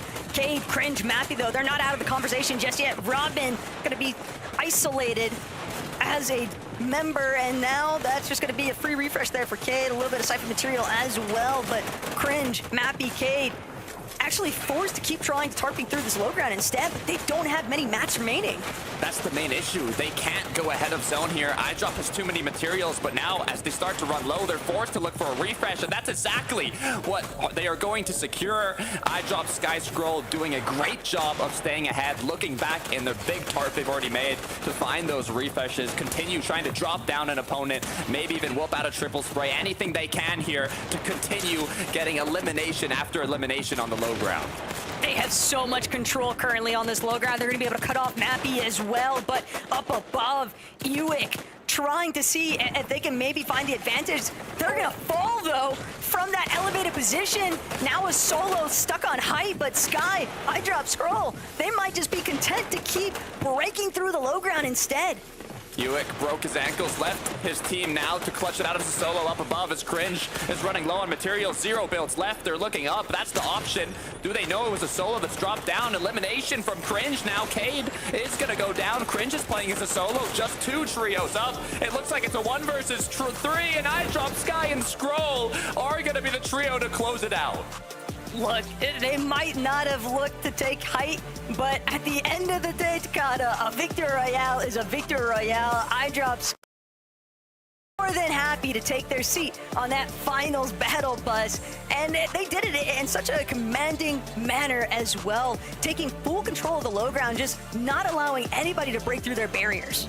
I did get scared at a moment because in that last or second to last zone, they did get cut off on low ground, but it pulled back towards where they were already building. So they were able to once again stay ahead and just clean up all the players dropping down that ran out of materials, all the players that were low on shields, literally just cleaning up these scraps to close out and get that victory royale, qualifying them to the major finals. But look, we've had so much going on. There was so many angles, so I want the desk to break this down. Tell me what you guys saw. Thank you so much. I think I've seen things you wouldn't believe, and yet you have to, because you can watch them back on the VOD. And congratulations to Sky, Scroll, and iDrop, and also to Miniminer, because they were top on your list of teams you thought would be taking a victory royale today. Yeah, real bold prediction right there. I'm sure a lot of people would have not had them on their top 5 list. Now, I could have asked my neighbor's dog to predict, and they would have got that, I'm sure, as well. But a really well-played game, really nicely played low ground. We broke it down at the beginning of the day, Levin, how they can play that low ground well. And I think the way that they played that, it just makes me think, yeah, you know what, these guys are a low ground team. The way that they were getting those frags, getting those eliminations, staying ahead, and making sure there was no height changes like we saw in that game number 1. They played it to perfection. It was the banker. It was the one that couldn't fail. It was the one that's never failed. I mean, you look at how they played it, like you said, it was, not pitch perfect, to be fair, if I'm being critical. I think there's some minor things they could have done better, as they would know themselves, but it was enough to get the job done. And I think it's great awareness from them in terms of just not necessarily just playing for height in this lobby, where they know it's going to be quite chaotic, and actually just choosing to play low and doing it quite well. I think obviously Takata was right to mention how the sort of last pull sort of maybe favored them a bit, right? Maybe things would have gotten a bit messier had it continued to pull up the hill with that team sort of taking it from them. But they played most of the same game as well as they could have, really, and they'll be happy to get out of this lobby now. Yeah, 100%. I mean, I was looking at them off spawn yet again, looking at them early game, and you could see the zone being a little bit more favorable for them, and that's where they're sort of staying a lot more together when they're looking for Surge. You saw them just outside of Seaport, outside of that city, and trying to look for those Surge tags, trying to chop a team down on top of that Surge base, just really staying together for that Surge, and we could see them having a much more fruitful end game because of it, and they just set themselves up so well, and they executed as we know they well can do. Yeah, I mean, you can see there 15 eliminations from the 2 games. Crazy. 10 of those, at least, came from that last game. And now they're at the lobby because they've already qualified for the major finals. And we're going to be talking about the trios that are still in the running, still going to be boarding the battle bus around next few games after this break.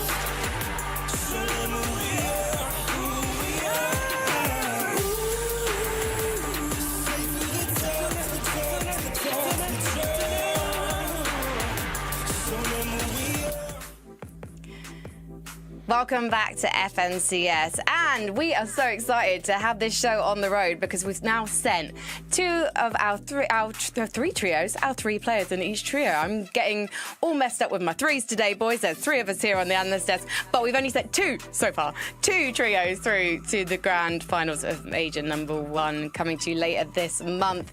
And to be honest, Levin, we were definitely predicting the second game winners to be booking their spot early. Sky Scroll and iDrop, they did take that victory royale, and they took it with 3 still up and running. Yeah, I mean, again, when you look at just the form of all the teams in this lobby, they're the team most informed. They're the team that have shown, you know, the highest propensity to be able to win games. And so it wasn't really a surprise in my eyes, right? I think the biggest surprise for me thus far, Minnie, I'm looking at Cringe, Cade, and Mappy and just how well they've played. Obviously, in game 1, they were on height and it didn't quite go well for them. This game, right, they had to do the job on mid and low ground and they looked really good. And honestly, they were a final moving zone away from actually winning the game. It was a bit weird, like when we're watching them in this endgame mini, they were sort of playing like refresh to refresh. Like you look at the mats there on Cade, like they've got like nothing, but they still just didn't lose panic, didn't lose hope of that game. And you see here, it was on this zone pull right here, it starts pulling backwards away from them. Had it kept pulling towards them, they honestly might have a chance of winning that game against iDrop.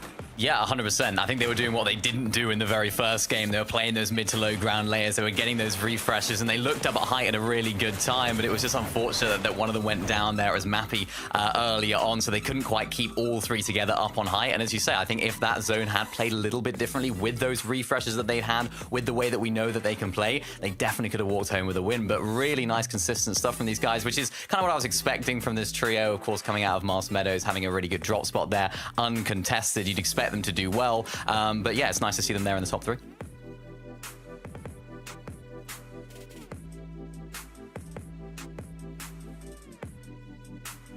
I mean, there's a couple other teams that I'm looking at, right? And I'm thinking, interesting consistency-wise, obviously, right? You look at UX Trio, a bit of an unfortunate end for them, right? Because they're the team that ends up taking height, and they looked like in a decent spot to maybe hold it out, but then, like, you're also looking at them, and they didn't really have much, and then UX, and he unfortunately went down in a bit of an unfortunate way there. But speaking of height, right? I look at Vanjiki, Pixovsky, and Batacry in this game, Mini, and they were, again, another example of sort of what we saw in game one from Cringe, Mappy, and Cade, where you have a team that takes height, and then, you know, they just haven't got enough in the tank to actually hold it out throughout the rest of the game, right? These guys, in this circumstance, were actually sort of, the odds were against them, if anything, right? Because they've only got a duo, right? Pixovsky not there. But they take height, and you're thinking, okay, you know, they got a bit of a hold here, but all those mats they invested to take height, you know, the rest of the mats are running thin, so as soon as any trio starts looking up at them, they're not in the best of spots. Yeah, they're not. And because they don't have a trio, they can't have one player front side looking back at them, making sure that nobody can TP up. So, of course, there was a duo, or a trio, I should say, on the front side of the zone that just easily looked up and sprayed them out. And it was those lack of materials that they, of course, had that they couldn't quite hold onto it. So, not really ideal from those guys. But it just shows that height is not free. It's not there for the taking necessarily for every single team that's in the lobby right now. So, it can be kind of toppled over for some of the teams that are looking from the front side if you're not in a good situation. So, I'm excited to see what these trios can do for the rest of the games. Absolutely. So any bold predictions now that we are nearly halfway through the days, boys, in terms of these new names that we're seeing? Are there any, I wouldn't say pretenders to the throne, but any potentials for the throne that you think could break through this weekend? Minnie? I mean, I was looking at Ewik right there, prime for success, up on the high ground. Duo looking pretty good. I think they had decent materials as well. I think everything was looking pretty strong for that team. They took high ground at a good time, but unfortunately went down to full damage. It was an absolute nightmare situation for them, but hopefully that's going to propel them through because they have a decent little drop spot, good off-spawn strategy. So that trio I'm going to keep my eyes on for maybe winning a game here. Levin? It's so hard. It's so chaotic in the early game. Like, I've been trying to keep track of just like all the teams moving around us. There's so many different teams and players like move into different spots. Obviously, when you win a game, you leave the lobby, so your spot becomes available. So there's now new teams trying to take that spot. That creates a weird power dynamic. I'm just looking out for what's happening in the early game here. It'll be interesting to see if anyone moves into those vacated drop spots by our winning trio so far. If Frix's trio drops to Demon's Dojo yet again, we had them going for brutal boxcars, but it seems like they've made themselves a new home and they're very happy to stick with it. So we'll see if they do for game number 3 as we head back to our casters, Takata and the best Taco. Thanks so much, Desk. And I mean, Levin called it out already, Takata, but there are just so many teams kind of just shifting every which way around the map, and one more spot just became available. Rolling Blossoms Farm with iDropSky and Scroll having just moved out, given that Victor Royale for lobby number 2. A lot of big things could take place here in game 3. Yeah, a lot could happen. I mean, Seaport City, Hopeful Heights, both POIs above and below the drop spot of iDrop's trio are contested by 2 different trios. So all it takes is one of them to say, okay, you know what, let's try out this split. Will it happen? Let's see. Game 3 starts now.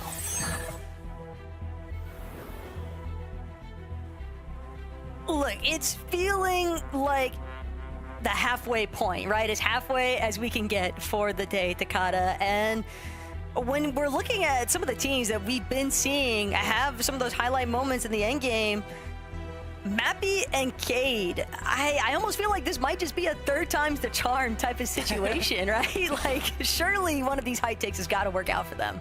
I'm down. I'm down to see it happen, Taco. I'm on your boat here, but we'll take a look now at, you know, what ends up happening in this early game, because this is where it all starts leading up to those end games, those victory royales, as we look at Hasten, Trulex, and Chicho. Not too surprised that they haven't gotten the VR yet. It's just about consistency is what we've kind of been saying for this trio. They are currently in, well, depending on if you're including the trios that have already won or not, 10th or 8th place. Let's say 8th place on the leaderboard, not including the ones that have already gotten a victory royale. So not in that top 5 safely yet, but not too far either. Yeah, but for some of these teams, they know they've got quite the uphill battle to try and tackle.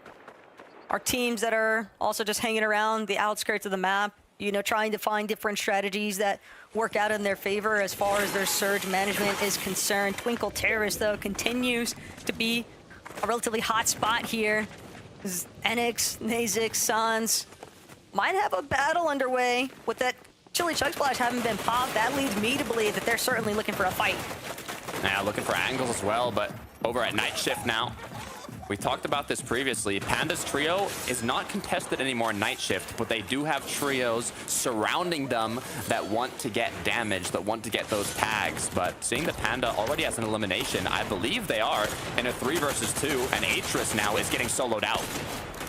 Yeah, but for Atris, unfortunately, he's just going to get hit from 2 separate angles. Doesn't stand a chance here. But this is all net positives currently for Panda and Perkins to still find the last one of the bunch here. Skvi taken down.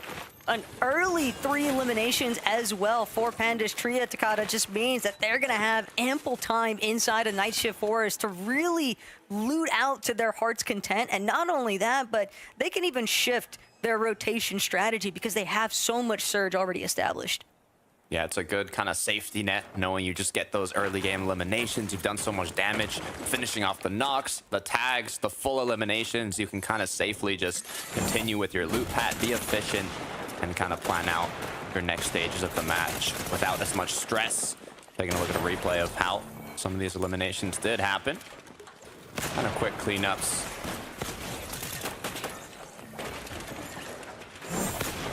Enix really wasting no time to just throw himself inside those boxes. Mappy Cringecade, though, they've managed to find the roaming Shogun, hoping for a beneficial mythic drop out of this as well. Instead, no, excuse me, that's going to be for the Typhoon Blades over by Mass Meadows. But Cringe Mappy-Cade, knowing that they have the confirmation of movement, I think it is a huge part of the reason why they've been able to look for those consistent high takes. Right, and those are crucial if you're looking for the victory royale and not to qualify through, you know, consistency. And we'll see that, you know, leading up to the final matches based on where these trios are placed on the leaderboard. If they only have a few points, they're going to be looking for that victory royale. If they're right on the cutoff for top 5 and qualifying through consistency, they don't need the victory royale. They just have a, you know, need a decent placement in the last 2 matches. So we'll kind of have to see how those decisions are going to be made.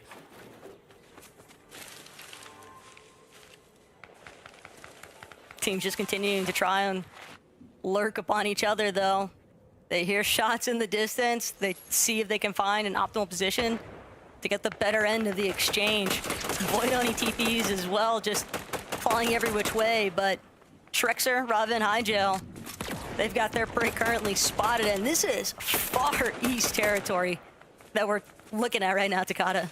Yeah, this is edge of the map, quite literally, as we see the final remaining Spanish trio here in the lobby, who I believe are currently not doing so hot in terms of consistency.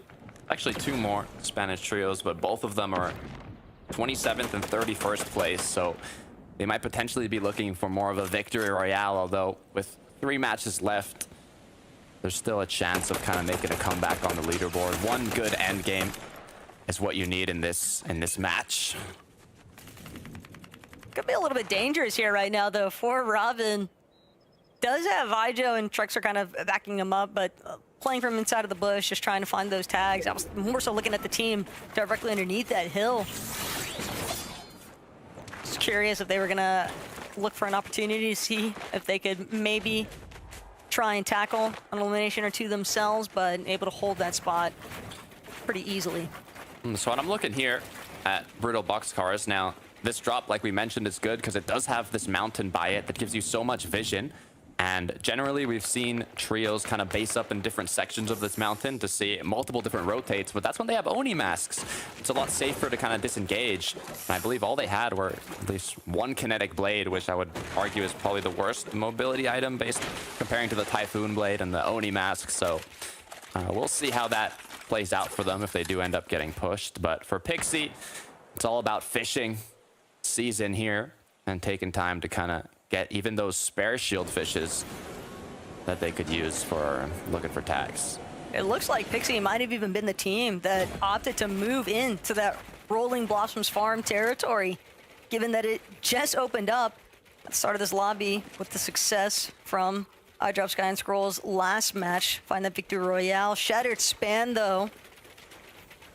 Loki, Lushi, and Monet still just waiting for their opportunities to establish Surge as well. And a lot of this just seems like there's been a slight lull here, Takada. It seems like a lot of that early excitement from our first two lobbies, teams starting to find a little bit more of their flow and rhythm.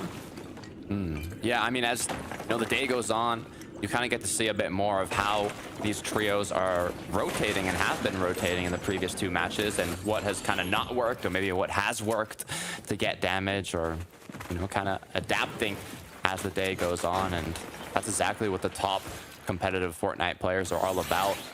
As we take a look at one of the EU Titans, Titan trios, as they are actually going to disengage from this. They don't want to take any risks, as they are kind of playing a bit more for consistency. Henry 30J, though, seems like he just really wanted to take this mountain away from Trulix, Chicho, and Tayson. Does come at a bit of a cost, though. Maldiz finds his shields decently chunked into. Other teams now beginning to fixate their eyes upon this elevated position. Henry's trying to currently crank up on. Still should be a decent Surge base, though. But now they need to ensure that they are finding tags, Takada, because it's so much mats that they just used. Yeah. As we take a look now at Hyper, Kira, his fan, also known as Hedra. We're looking for an engagement inside of zone here. Always a little risky, but seeing it's only second zone, you can afford. It's only 1 damage per second, 2 storms, so not too much to worry about. Have the Oni masks in hand.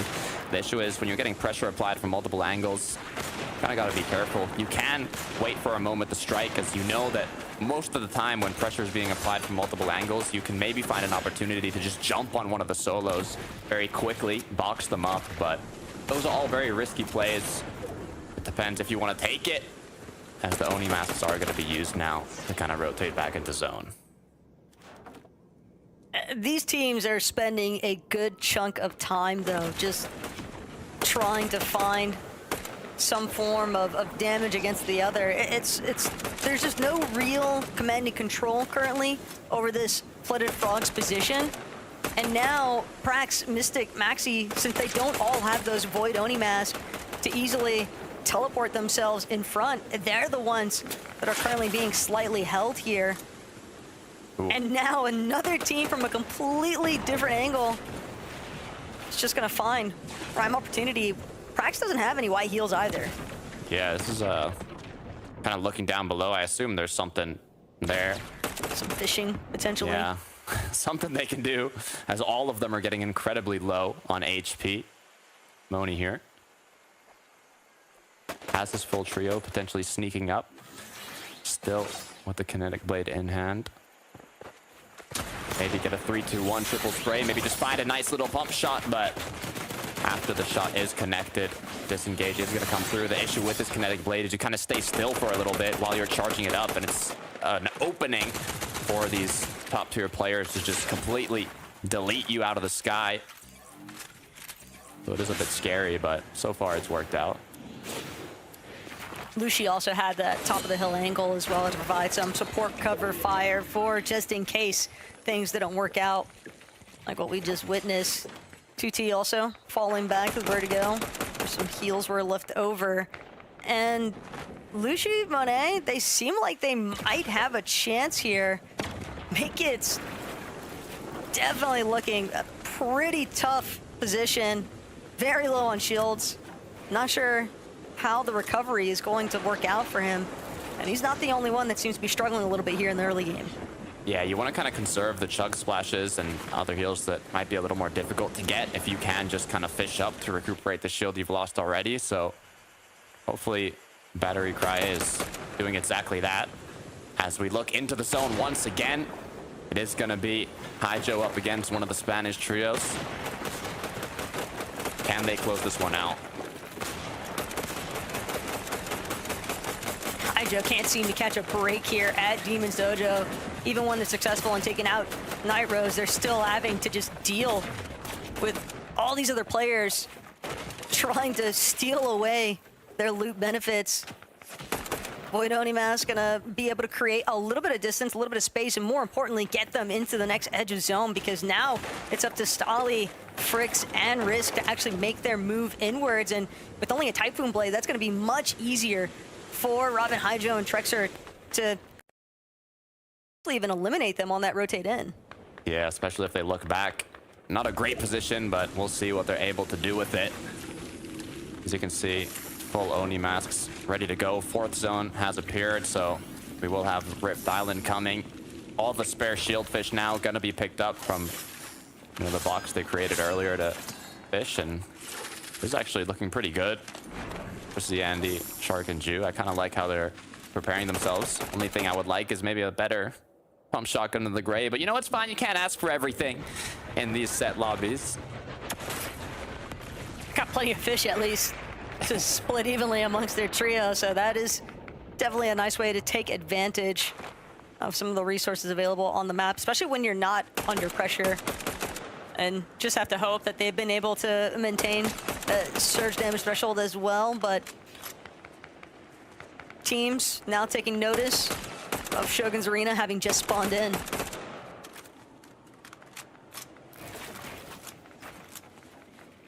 Kind of long-range shots being taken. We haven't seen any big brawls on Shogun's Arena so far. It's kind of just been one trio that's walked up and taken the medallion, but Axe Force is going to get knocked down. Raban for 9 doing what they can to not lose the rest of the loot here.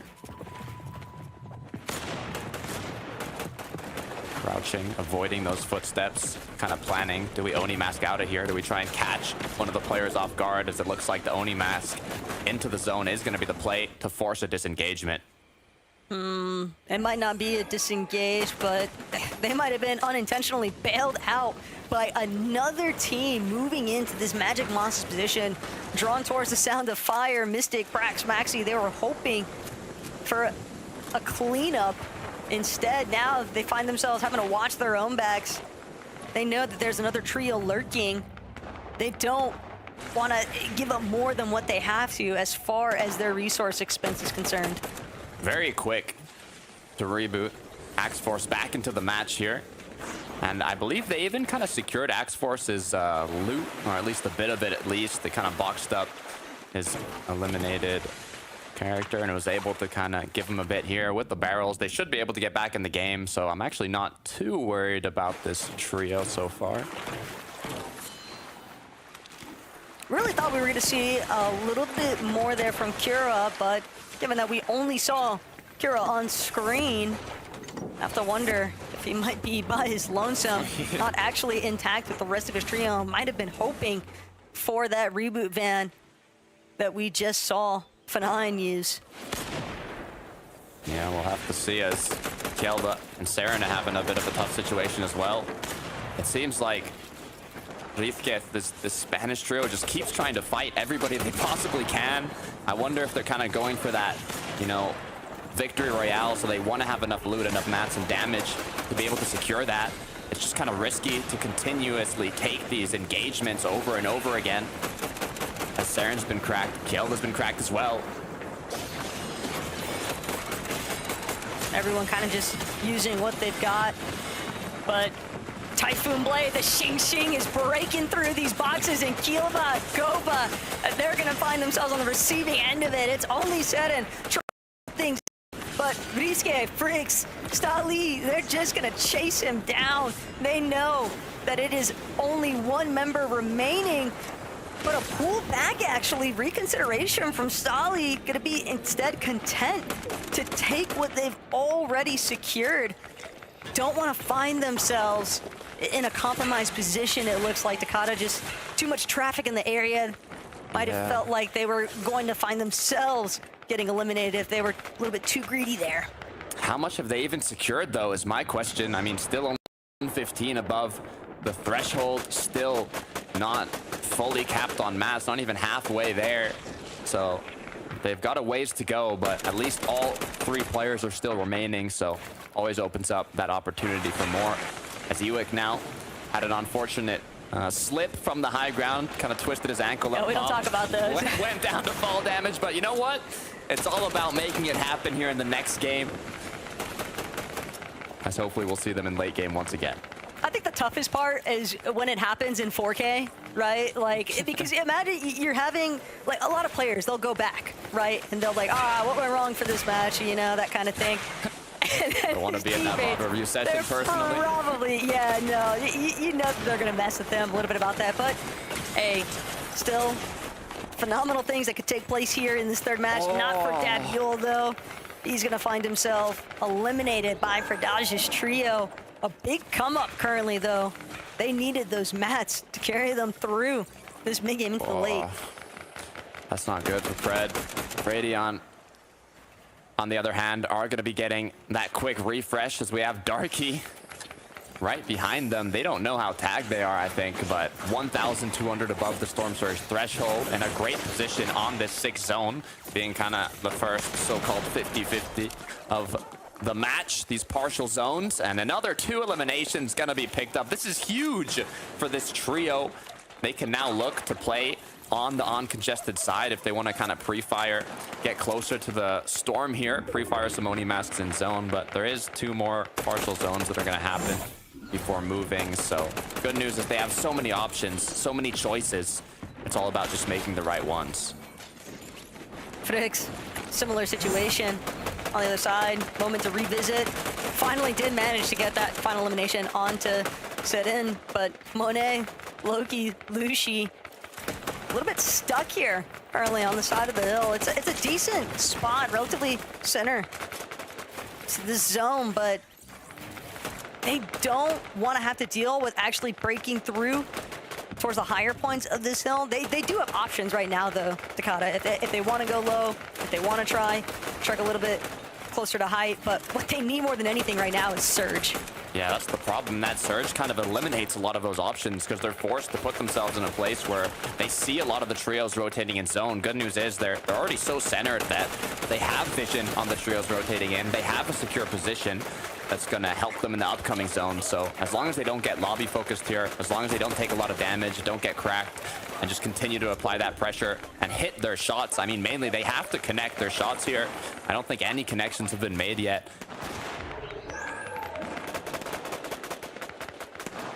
Fredage's trio, though, when we last checked in with them, that was as close to a Loot Llama giveaway as you're going to get. Monet, though, just getting ticked away. And fortunately for Monet, it was actually a knock from players afar. Otherwise, that would have just been clean elimination had it been to the actual Surge damage itself. Still a rough position to be in, though, as Loki, Lushi continue looking out. It's Ewick's trio that they're trying to find tags into. Now Chicho, as he rotates through the low ground, but nothing is connecting. We just can't connect these shots, Taco. It's exactly what they need, and they're forced now to use Chug Splashes, their last remaining heals, in desperation to just hit any shot possible. Are they going to be forced to make an Oni mask play? Are they going to be forced to play that risky kind of fight? I don't know how much more time they're going to be able to just take these ticks. They've at least got mats, but they are using a good chunk of their hard materials just to maintain this spot, and they've definitely got to get a move on. They're going to desperately make a play for the low ground, hope that there's another trio, a team that's even worse off than they are currently. Lushi jumps straight into Pixoxy's box, finds the elimination they need, just now hanging 56 above, but the work isn't finished. They still have so much more to go. It's a marathon for this trio, and they're just at the starting line here. Able to get that quick elimination, but still need to replenish their shield, replenish their HP, make it into zone, and do even more damage. So many boxes to be checked. It's definitely possible, but it's not going to be easy for Mystic, Krax, and Maxi, though. They are looking a bit more healthy, more comfortable, as we see where this 8th zone is going to be pulling. It is going to be northeast, so honestly pretty close to where this trio is, as they can kind of look for options on rotating. You just have to be careful to not Oni mask where other trios are Oni masking and then kind of get stuck in their box. So you want to find an angle, even if it takes, you know, tanking Storm a little bit, having to use a splash or a water sprite to recuperate it. As long as your trio's safe and together, getting to that zone is crucial here. Krax has to be very tactical, though, with these last 6 charges on that Void Oni mask. If anything, they're probably even hoping that they're going to be able to find some eliminations, and hopefully those elims lead to those refresh charges of the Void Oni instead. Cringe now mapping himself forward. Cade mapping closely behind. Still, this isn't the kind of setup that you would expect or want for trying to take a height take here. Yeah, Vanya's gonna go down right below them. This could be an opening for them to play a bit aggressive, though, but they don't know that Ziandy's right on their door, knocking, incredibly healthy. 170 above the Storm Surge threshold as they continue to rotate together. The trio right now with the highest elevation is gonna be Kai's, Kramsu, but Tayson, Chicho, and Trulex now 330 above. Just looking for any openings on potential eliminations, and they might have found just that as they get a knock, they get another elimination. 2 more on the board. This is huge. Clean map refresh as well. It was just so quick the way they were able to capitalize on those 2 elims. Kramsu, Gaze, and Clone, though, they're trying to maintain this strong high ground spot. They threw the TPs forward just in case. Always want to have those safety measures, but they're also ready to just get ahead of the rest of the crowd. Up on the hill, though, Nosif, Naze, and Nate, they've actually managed to break their way through the mid game. A little bit of struggles here for France, but their hopes very much still going. Case doesn't have that Void Oni any longer. The charge ran out, and he's been chopped. Let that happen. The fall damage is so tragic. Absolutely devastating for this trio. Kai's getting eliminated. Clone Kramsu forced to drop down from the best position in the match to now playing it out as a duo. Only 225 above as they're forced to regroup and continue from the mid ground. And that's how easy it can be for things, the rug, to get swept from underneath you completely. Cringe, Mappy, Kate, though, trekking through this low ground. Got a decent amount of space tarped out, but what they're trying to find currently is Parax wiggling his way through this low ground as well, but it's not going to be enough. A full trio bearing down on you. That's going to be a little bit more siphon materials here for Mappy, Kate, and Cringe to work with, but they need more, and they might just find it up against the likes of Hydro, Robin. Doing a great job spraying back now. It's always risky when you go for that cleanup, even when you go from the knocked player to bring back the loot, and that decision is going to cause Mappy to go down, leaving his trio to play it out as a duo. They're not even ahead of zone here, so they're in enemy territory on this rotate, forced to jump around the edge of zone. This is risky. You could fall into an opponent's box. You could get boxed up yourself. It looks like Cringe has already been cracked, but the healthy trio up on the top in the clouds are just going to rain down from above. Win condition in their favor. We saw the script earlier on in 5th and 6th zone here for Predage when they found that bountiful amount of eliminations back to back to back to back. You couldn't ask for a better setup, and now completely elevated here on height, spraying all these layers underneath them, not really leaving any opportunities for a trio to try and TP their way up. Great job from Tayson, Trulex, and Chicho, though, catching a player off guard, trying to position themselves ahead of zone here. You can't use the Oni mask in this layer. It's all about playing together. Too many builds in the surroundings as they continue to break on through and look to find the other trio that's looking to claim low here. It might be a battle for it unless they want to take that decision to change layers. Chicho, interested, moving on up, trying to stay directly behind Tayson. Tayson claiming so much space currently, but the shift comes at a cost. Trulex finds himself getting picked off here. Teams just lurking in the wings of that low ground. Gonna be able to find that elimination.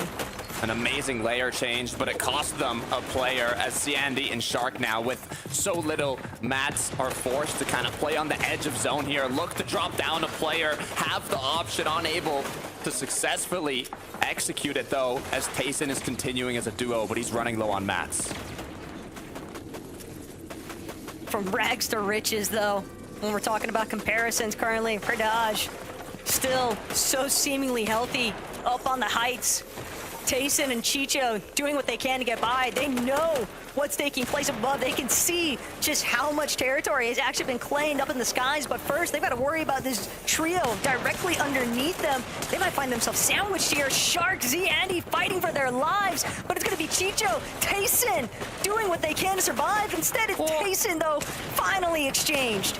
Gets one, gets the finish, is gonna keep him up in zone. Chicho now doing what he can, but he is gonna get knocked down. Pred now left alone up top to let his two fraggers drop down, clean up the fight. Will they be able to do so though? 3 water sprites, 6 splashes, everything to heal this one off, but they might even just be able to finish this off quicker if they can frag out. Look, we know Shark is crazy, but anybody left in a trios lobby as a solo, it's never gonna bode well. Radion, Rogue, a little bit of a tango here. Only one more stands between. The Italians finding success, and Pridage succeeds. Victor out from above just left his teammates to handle all the dirty work down below Takada, and it couldn't have worked out better for him. Played by the books, cleaned it up perfectly, had more than enough loot to tank the storm there, was able to clean up the rest of that match, secure the victory royale. I mean, there's not much more to say about that, Taco. It was clean, it was executed well, and they did everything they needed to qualify themselves to the major finals. If there's anybody I want to go back and see a replay of, though, it's got to be Pridage. I'm sure he's going absolutely ballistic right now, knowing that his trio is confirmed and secured for the grand finals here in Major 1. But you really couldn't have said any better there. This team did everything they needed to. It was a clinical performance here in Lobby 3. It's what you love to see, dropping down to frag out, get those extra eliminations. I think they might have even got close to double digits there in the last moments. You can see how many they have, securing that elimination and victory alongside it. Just the bonus points, because they already booked their spot to the major finals. I love to see it, but I also love to see the other 3 amazing faces on the desk, Frankie, Levin. Thank you very much, guys. It's really nice to see another duo qualifying straight into the major finals. And to be honest, for Pridage & Co, it looked really smooth. It was like no one was challenging them there. They played everything almost by the book for the perfect endgame, Levin. Absolutely. I mean, we saw, a big dub for the Spanish community in Game 1. This is a big dub for the Italians. The Italians, shout out to my guy Mikey. I know he's viewing party and he's always watching these guys. And shout out to Pridage, Rax, and Radion, because they're one of the few teams in EU Mini that actually does stream a lot of the tournaments they play, right? And they've been a team that we've been able to consistently watch and follow through this season. They've played so many finals together. They have so much experience together, and that showed in spades here. They were a team that I would have expected maybe to get in on consistency, right? They've been playing well today so far, but again, if you're one of those consistent teams, you're making it into end games every single game. Eventually you get that win condition, you get a chance to win the game, and they took theirs here in Game 3. Yeah, big congrats to Rax in particular. It's actually his first ever grand finals, and he was leading the damage for the first 2 games, so he definitely deserves it. So big congrats to him in particular. And I love the way that they played this game, actually. They sprayed down Kaze. We actually saw that from his POV. It looked like Kaze and his trio, Kamsu and company, they were all up on high ground, and they looked like they were secure. They looked like everything was going their way. They were in that moving zone up on high in metal, and then unfortunately Kaze didn't place down a pre-TP that he could go back to when he got chopped out. Had absolutely no chance, and that just opened the door there for Pridage and his trio to take high and take the win. So really well played game, as you mentioned. I think a lot of people would have had them in their consistency. They were definitely in my top 5 list for consistency, so nice to see a team winning on height yet again. Nice to see more of Mini Miner's predictions coming true. That's why he's hired. We are going to go to a short break now, because that's why I'm hired. So please do not go anywhere. We'll be right back with more analysis from game number 3.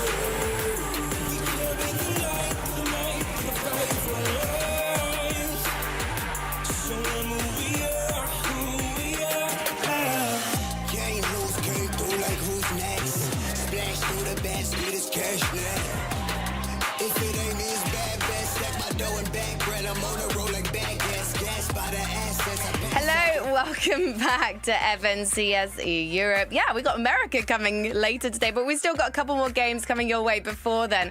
I might be slightly in a slow motion now. I'm strobing, I'm at the disco because I'm very excited for us to be back for yet another year of competitive FNCS. However, we've just said goodbye to another trio. We said see you later because they've already soared into the grand finals of Major Number 1. That was Pradage's trio, Pradage, Rax and Rayon, doing it for Italy.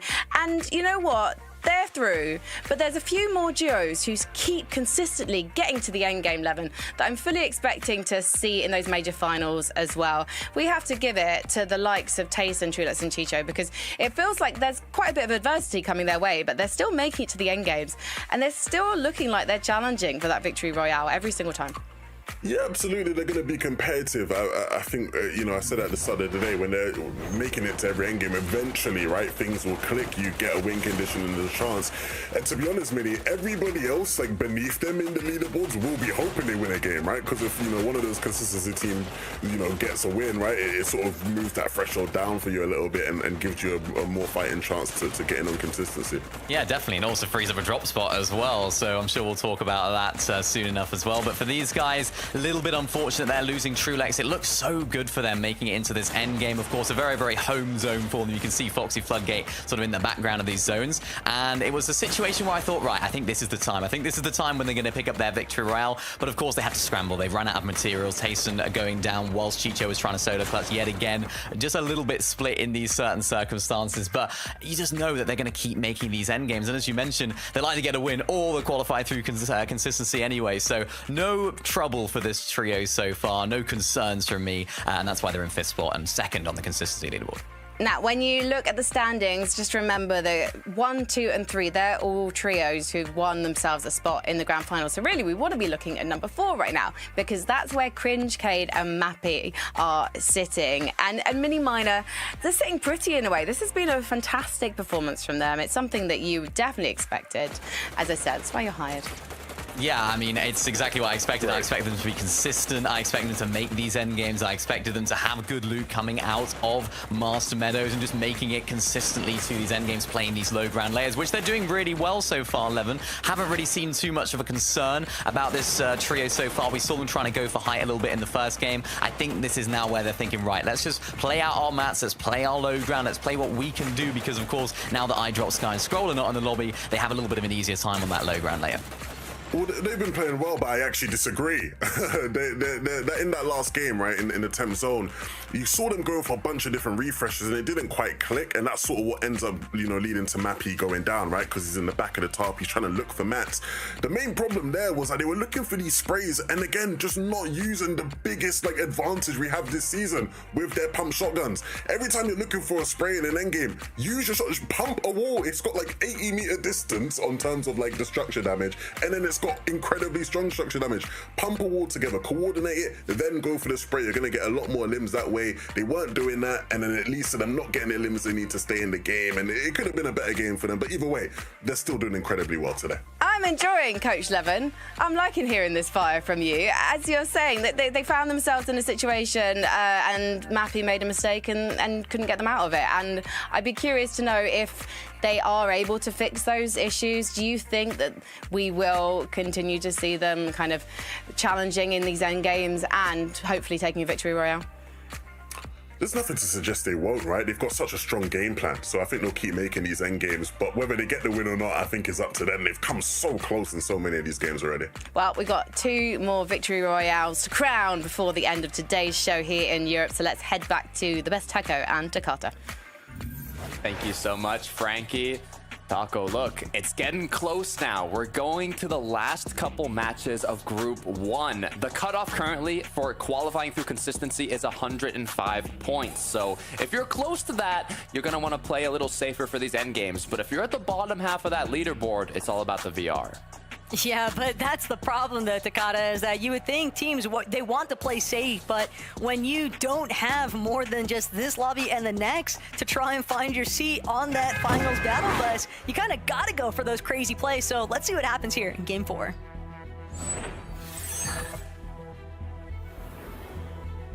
It's all or nothing for these trios. They do have that last chance qualifier if they don't make it through today, but Taco, it's just 3 trios that qualify through last chance, so it's incredibly difficult. You want to qualify now, and to do that, it's top 5 or it's get a victory royale in one of these last 2 matches. And like you said, it's way easier said than done. You can try and play it safe, but then you need Storm Surge tags. You're forced to play a bit more aggressive if you don't get enough safe Storm Surge tags. If you get contested, you don't have the space, but Atris is gonna start off strong, knocking down Robin.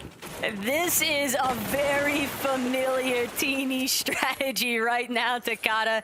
Atris v Teeny completely bamboozling Robin on the outskirts here of Demon's Dojo, just taking full advantage of the way that this trio likes to actually split this POI on the drop. But this far north of Demon's Dojo, when they know that they had the man advantage, right? But Atris v Teeny, they still might not be as familiar as Hydro and Trexer, for example, with what remains inside of Demon's Dojo. So if they can clear out that trio, though, that could be a very promising start, at least for Teeny.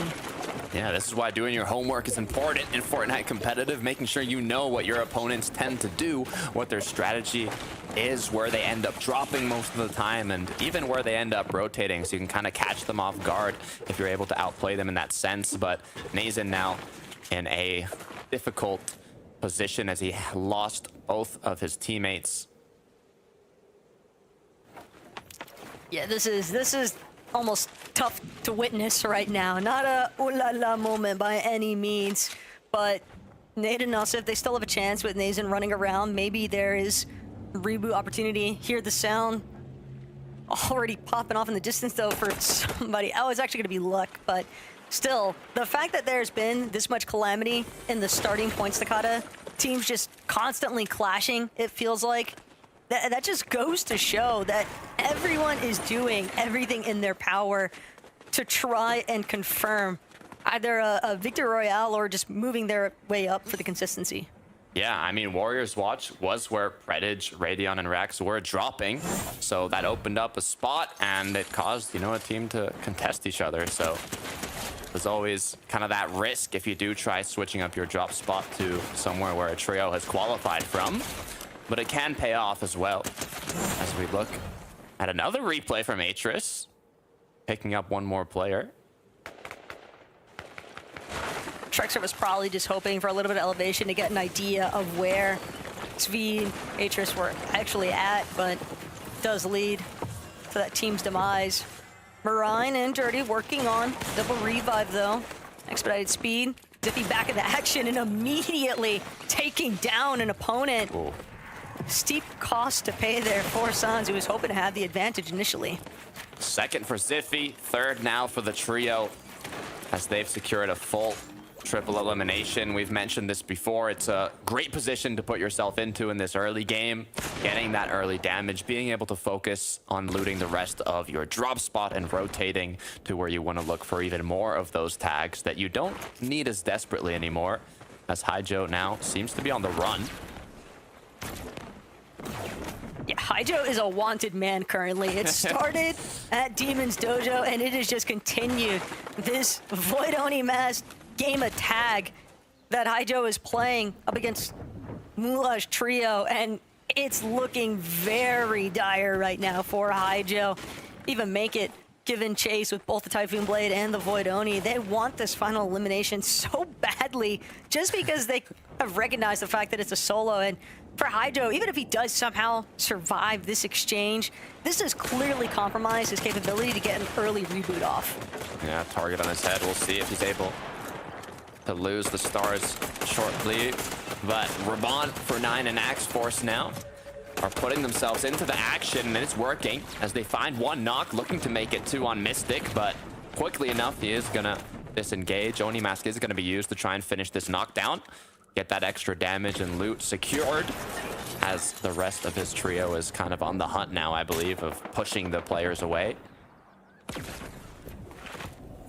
They might chase Mystic into the water at this point, even doing what he can just to trying to hang on to a glimpse of hope here in game 4, Takada, but there is only moments separating Mystic from becoming another elimination here for Axe Force's trio. He does find himself on the outskirts of the water, but Axe Force not gonna allow for that next TP to go through. The chase has come to a conclusion, but those are really great eliminations for F9's trio to have collected some really great early damage as well. That was good. I actually want to see this replay. I believe Mystic was like a second away, a millisecond away from using that Oni Mask, so didn't have to waste any more charges after hitting that shot. As we look now at Nova, Alex, and Rabbit. 3 points on the board.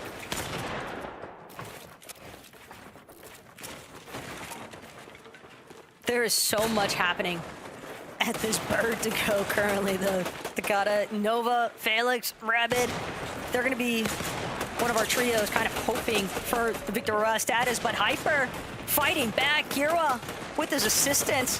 That's going to be a clean elimination. Start things off here. Kira now trying to see if he can find another. Gets a little bit split on the angle approach, but Rabbit not good enough. Shut down here for Hyper's trio.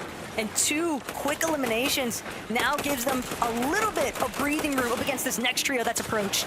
Exactly, third party's gonna come through. This is what you have to be careful of. As Darkus is looking to find an angle here, any connection possible. Levin was talking about it, how powerful it can be if they try and line up a triple shotgun, triple spray, but the issue is sometimes in these mid-game engagements, not in the late game, when the opponents already know where you're coming from, it's almost better to just look for multiple angles and try and catch a player off guard. I'm wondering if that's exactly what they might be looking to do here, scavenging the rest of the loot. Kiro's holding this edit, though, for a hot minute. Wants to make sure he's got the appropriate response measure needed the moment that he opens up this wall, but Darkies, they seem like they've been a little bit distracted by a team potentially spraying the other side of their box wall. from a distance. And in fact, that is going to be the disengage. I'd rather get out of dodge than let this one continue.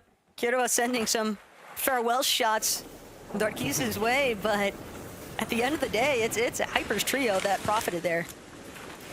Priestess once again with his trio fighting. What a surprise. Every time we look at them, they seem to be in an engagement in the zone.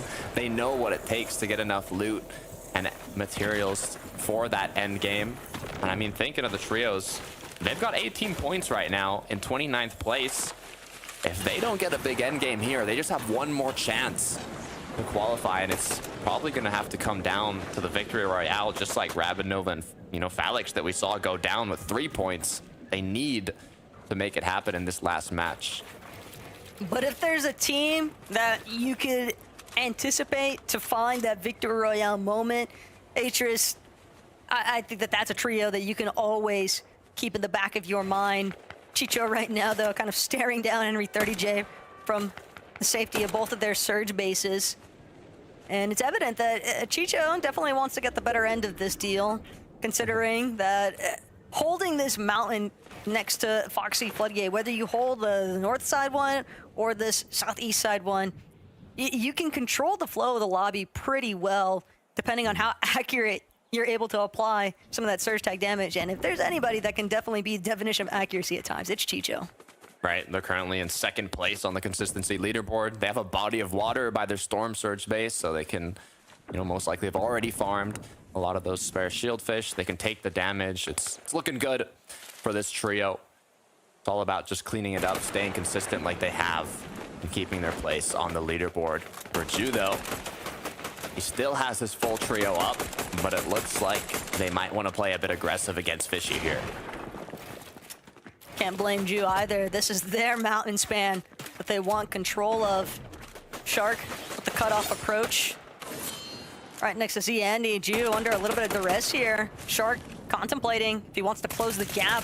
Only has that Typhoon Blade, though, to work with, so for the time being, at least, Tropic's gonna get a little bit of that high ground position. Throws out the Void Oni. Doesn't want to end up like some other contestants with the chop out measures.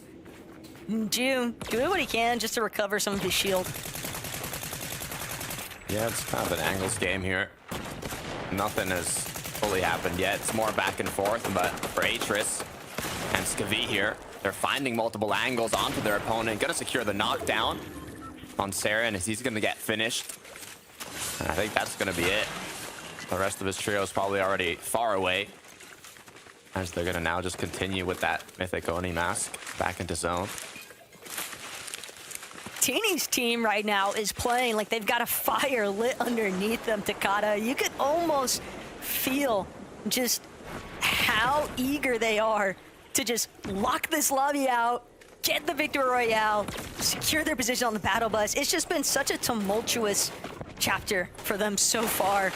And everything leading up to this first group stage, it's just never easy when you have so many expectations, a decent amount of pressure, I would even say, from the way that Europe has been kind of regarding a lot of those players individually. And for them to be struggling as much as they have been, I won't say that it's surprising, but it does kind of catch you off guard. It really does. It really does. But for Crankly, Gabara, and his trio here, they're gonna have to be careful if they're not aware of their surroundings, as the triple sprays have come through in the zone now, looking to clean this one up. It is 3rd zone, so the storm isn't taking too much, just 1 damage per second, but as time goes on, 4th zone appears, Shogun's Arena appears. You gotta be more and more careful. Yeah, we're not. I'll hold that thought, though. Haijo, Trixer, caught in the thick of it. The fact that Robin and Haijo are there, they're trying to make this happen, but they are just so scattered from amongst each other. This could be a huge refresh, though, but they're not going to find it. Robin watches the Elim disappear right in front of him from that teleportation. Now Haijo getting lit up from a different angle entirely. Trixer and Haijo, they've only got tatters left, essentially. This last medkit now from Haijo. But losing Robin yet again after having gone through all the problems involved with getting that reboot in the first place. and now they have to go right back into it. Yeah, you can see the Oni mask being used. Hi, Joe. Looking to see what his options are. Any angle possible here. But with Robin having gone down, they're going to try and be able to bring him back into the game. Even if it means tanking a bit of Storm, it's okay. This early on, they are going to be able to get that reboot. Could have definitely been worse. They've gotten a bit of damage. As now it looks like this might be the first battle that we might see on, I was going to say Shogun Arena, but now that I think about it, and they were just shooting at the boss, so no other trios contesting them so far. Should be a quick cleanup. Vanjiki, Pixovsky, Battercry, they're going to be the ones currently claiming that Shogun X Medallion, but at the same time, Takada, I think part of the problem involved is that when teams are trying to make their approach to Shogun's Arena, knowing that there's already a trio up there, it just becomes so chaotic, and you never know if you might get stuck even inside of one of those rifts, for example. We've seen players floating around unintended, and they just get picked off along the way, but it's just very difficult to actually try and contest a team up top successfully when they've got so much view coverage as well for teams that might be trying to make the approach. It really is, but you know, you can still make use of the wind to kind of rotate around after these trios have left. As we'll take a look at a replay here inside the zone by a reboot van. Looks like Relic was just doing his own thing. Unfortunately, though, spent a little too long on the vending machine, leading to his demise, as it might have just made another trio come through.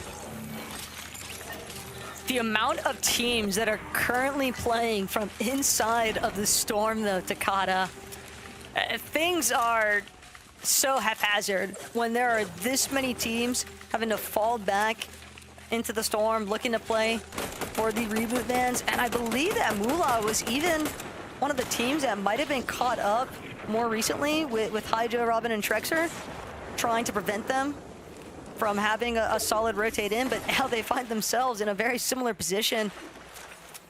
Another team's just trying to take advantage of fishing before moving in. Yeah, trying to secure those shieldfish. They've already got the water sprite. I'm looking, you know, I want to see some more plays in these late games of trios kind of tanking a bit of Storm with the water sprite, especially if they're kind of like second height or even third height, and using that to kind of take height from the Storm, trying to surprise the team on high ground. Haven't seen that happen yet. We've seen Queasy do it some of the previous events we've had leading up to this, but I want to see it happen more when the Victory Royale means so much in these events. For Vanya, Pixie, and Marius, though, they're still here looking to try and confirm that Victory Royale. I'm surprised they haven't done it yet. I mentioned it earlier, but if you didn't hear, Vanya has a 20% win rate in these reboot-style matches. He was the only player who qualified in 2024 to all 3 EU Major Grand Finals by winning one of those semi-finals games, by getting that Victory Royale, and his trio has yet to have secured it here in Group 1, so hopefully they can try and make something happen here. This is looking like a very strong setup currently, though, for the end game. As far as Shield and Mats are concerned, Venya, Pixie, Marius, kind of just hoping that they're going to be able to, not necessarily find eliminations, but they just want to maintain that surge damage threshold more than anything else right now. Yeah, looking again at Atris, Tini, Skavi, I mean, they're in 20th place right now. They're not that close to the top 5, and they're the only trio in this lobby that have won 2 set lobby or have gotten 2 set lobby Victory Royales in Group 1 this season. So they're more than accustomed to getting these VRs, but they're just kind of on the middle half of the leaderboard. Haven't been able to do it yet, but look at this, Taco. 4 eliminations already, over 500 damage in terms of Storm Surge. They just pulled zone here in the 6th zone. You know, there's just these little things that are happening that are giving me faith that this might be the match for Atris, Tini, and Skavi. Yeah, Tini's trio is definitely keying a bit as well with the way that they've been playing this lobby so far. It certainly highlights the fact that those first 3 matches have not gone the way that they would have hoped for, and their playstyle even leading me to just think that all they want is the Victory Royale. But if They have a lot of eliminations that might be enough to surge them upwards on that leaderboard, maybe put them closer to that position to play for placement as far as qualing is concerned. Cushy though, Uik not gonna stand a chance here. He'll be the first knock that we've seen. Daviel now having a chance to potentially get double revived here, but the pressure continues to commence here as another team breaks down these walls. Still, success with that double revive, at least for Daviel. This is scary though. The Buell and his trio went down at, I believe, the same time in the previous match here, right before getting into endgame. We don't want this to happen again. We don't want the same mistakes to be made. So luckily enough, this time around, they are all up once again with the triple spray, have more than enough damage. They just need to make it to zone. Pain currently though for Uik, but fortune seems to be on his side for a moment here at least. His teammates believe should have some success with that double revive. Pivoting focus back towards Cade, Cringe, and Mappy though. We've seen some really strong moments coming out of them today. They're in a really strong position as far as the leaderboard is concerned, but what these teams want more than anything, Takada, is that victory royale. 100%, especially if you're on the lower half, right? I mean, it's all or nothing in these last couple matches, last 2 matches of Group 1, unless you're one of those teams that are kind of on the borderline or even, you know, in the top 5 already. It's not even for the victory royale. It's just making it to the late game and doing what you can to secure as many points as possible. Obviously, the cherry on top would be finishing it off with the victory royale, even if you're already in that top 5. But it's easier said than done as Tayson, Trulex, and Chicho rotate right down the middle, beelining it to zone, and it works out basically flawlessly. Could be a slight hiccup in their game plan though. They're just coming up on Lushi's trio, and that could make for a very difficult circumstance as far as their rotation is concerned. Cringe, Cade, and Mappy though, just duking it out currently. Seren gonna be a victim towards that team. Always nice getting those elimination points, getting a little bit more siphon materials as well. 800 above the Storm Surge threshold for Vanya, Pixie, and Marius. This is 7th zone, so Storm is taken way harder. Storm Surge is going to be incredibly impactful, seeing that there's 53 players up. It's going to have to drop down to 40 if they don't want to take damage from it, but that's for the players that haven't done enough. Vanya, Pixie, and Marius have to capitalize on those trios now and try and catch them off guard, maybe pick up some extra eliminations. Battlecry's trio, though, up above, still hanging out on Shogun's Arena, probably enjoying the view currently. All these trios kind of scattered about, and some of these teams definitely struggling a little bit more so with their position.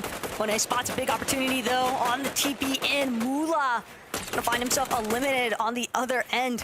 Well, that hollow twister there from Monet, but Loki and Lushi, they needed the mats more than anything, and they also needed some damage, just barely going above the threshold currently.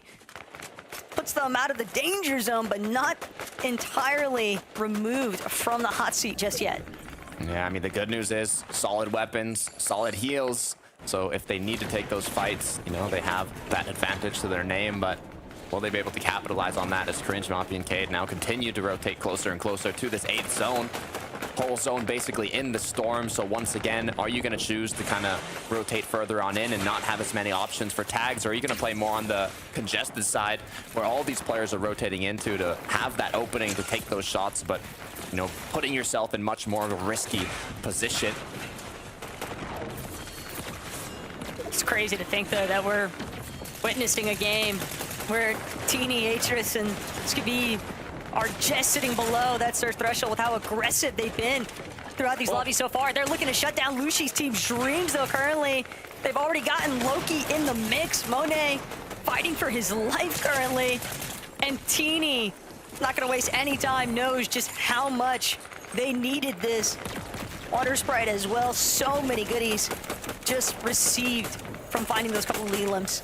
Oh, those were everything for this trio, but the issue is going for that has now caused them to be the prime target for all these trios that are looking back in zone, trying to find players rotating in late. I believe already one of the trio has gone down. I don't know if anybody has successfully made it into zone, but for Tayson, Trulex, and Chicho, they're sitting comfortably in the mid layers here. Yeah, and this is devastating as well for Lucy's trio because heading into this match, they were sitting around 7th on that leaderboard. Factor out our top 3 teams, of course, that had their Victory Royales, but so you're looking at a team that's like 4th out of 5th, technically, for that top 5 as far as consistency is concerned, and going down this early is just so detrimental to their overall game plan. It's going to come down to the wire for Game 5 for a lot of these teams as far as that top 5 in the leaderboard is concerned. It really is that much more pressure for the last match, but before that, we need to close this one out. We do have Shogun X Arena still inside of the zone here, just giving the ultimate high ground for Battery Cry and his trio up here, raining down from above, as now Atris and his trio are going to make moves to a solid layer, but Tayson, Trulex, and Chicho want a bit of it if they're able to get ahead here. Tayson doing an excellent job to kind of pilot his way through some of these secondary hype moments as Chicho sticking right behind him. They don't have the Void Oni mask, so they're going to opt to commit to the low ground currently instead. But Cringe, Mappy, Cade knocking on the back door here currently. Venya as well with Pixie and Medius. They've also got some intentions playing about 1 layer above Ultimate Low. And Tayson just trying to remain as concealed as possible, but they still want full control of this front side below ground. You can see how quickly they're making that decision to walk on ahead to try and claim the low ground, but from that 9th zone, there's so many trios that still have a lot of mass, still have a lot of loot to fight this low ground. It's not the battle yet, but now Tayson, Trulex, Chicho are going to try and fight to claim this low ground. It's going to be against Vanya as the pre-edits are coming through. The shots are connecting as they've already taken down one, but an angle is connected onto Tayson. A quick back shot is going to be what he took, though, to keep on going forwards. Huge work there, though, from Teeny. The fact that he's still standing with hardly any resources to his name, just sheer willpower and fighting potential. Up on the high ground, though, Mappy, Cringe, Cade, they're going to begin their onslaught of the rest of the lobby. This hill pull just so promising as far as the high ground team is concerned, but for everybody else, they're left to scatter amongst the low ground. Tayson gonna take a couple more ticks than intended, but when you only have the Typhoon Blade to work with, what other options do you really have? They have the Water Sprite here. They can choose to tank a bit of Storm potentially, but they all have to play together. The synergy is here. Can they continue on forwards? Loot is going to get picked up. It's going to be Teeny that drops in the box. Both Tayson and Teeny are going to go down. Chicho, Trulex now have to close this out as a duo, while Cringe, Mappy, and Cade are controlling the height. This is looking so good right now for Mappy, Cade, and Cringe. You can feel the excitement building for our team on the high ground. All the while, though, Chicho, Trulex just trying to keep the dream alive, and they're not the only ones. Ju as well, fighting it out inside of this congested low ground tiers. Chicho even going to take a moment to fall back, moment to go inside and find Hyper in the mix of all these builds. Another one for Chicho as Trulex and Chicho continuing to power on through this hill, going up and up and up, taking out player after player, but Trulex goes down. Chicho left alone now as there's still 8 players up, 4 trios, 1 shot needing to be connected by Chicho here on the low to pick up another, but the height battle has concluded. Cringe taking out all 3 players. All they need to do is close it out.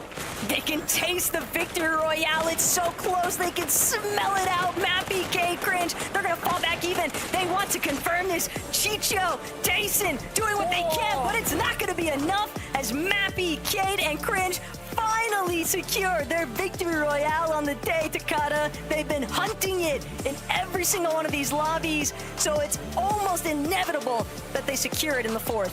Not only are they currently in first place on the consistency leaderboard by 50 points, but they said that's not even enough.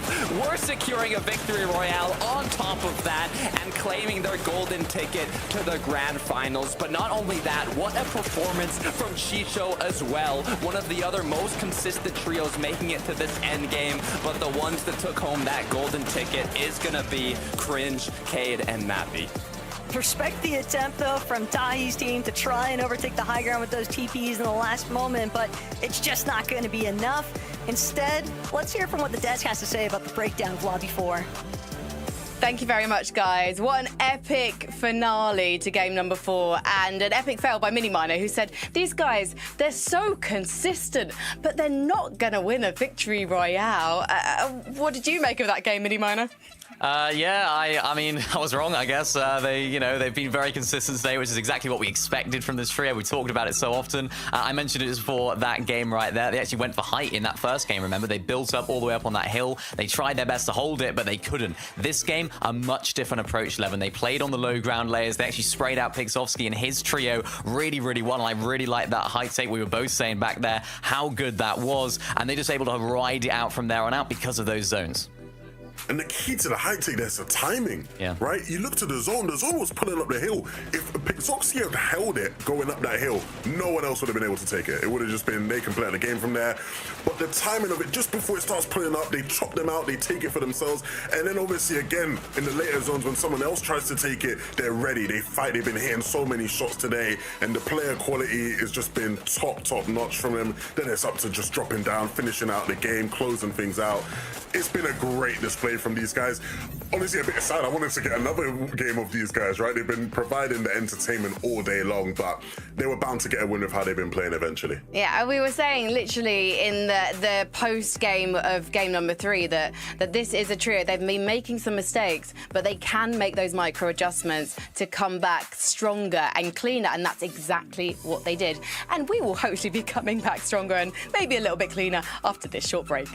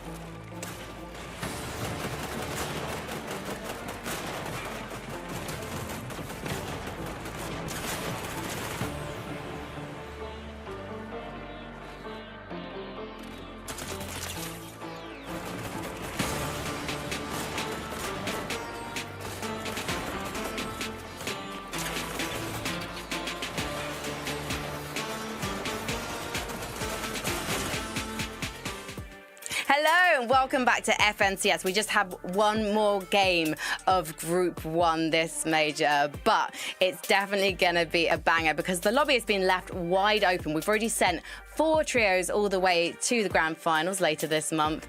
And now there's one more guaranteed ticket that our teams could take if they get the Victory Royale. However, let's talk about what went down in game number 4. Because a few people went down when they got chopped from height. But we've got to talk about the low ground first, because Tayson, Trulux and Chicho, they've just been roaming around. And sometimes I felt a little bit sorry for them, Levin. It feels like they're getting stuck in a bind, even though they're making it to the end games. I mean, yeah, look, when I talked about the sort of zone pool that determined what happened on height and what led to the game win, but that zone pool almost got these guys out of the lobby completely, right? Mini, they were the last team to sort of get up the hill. In fact, they didn't actually get up it, and zone sort of pulls, and it pulls in the perfect sort of way to just allow them to stay in the game and sort of run around the hill. If zone had just kept pulling up the hill, there's a good chance they just go down straight away. Like, they had no mats, they had nothing, but the zone pool was favorable. They're able to get a refresh, stay in it a bit longer, and then Chicho and Trulux both with very impressive sort of solo clutches. Yeah, a little throwback to duos right there. I thought we were back in 2024. Chicho and Trulux clutching up in endgame. A little bit solo, as you mentioned, so they were having to like sort of solo clutch individually.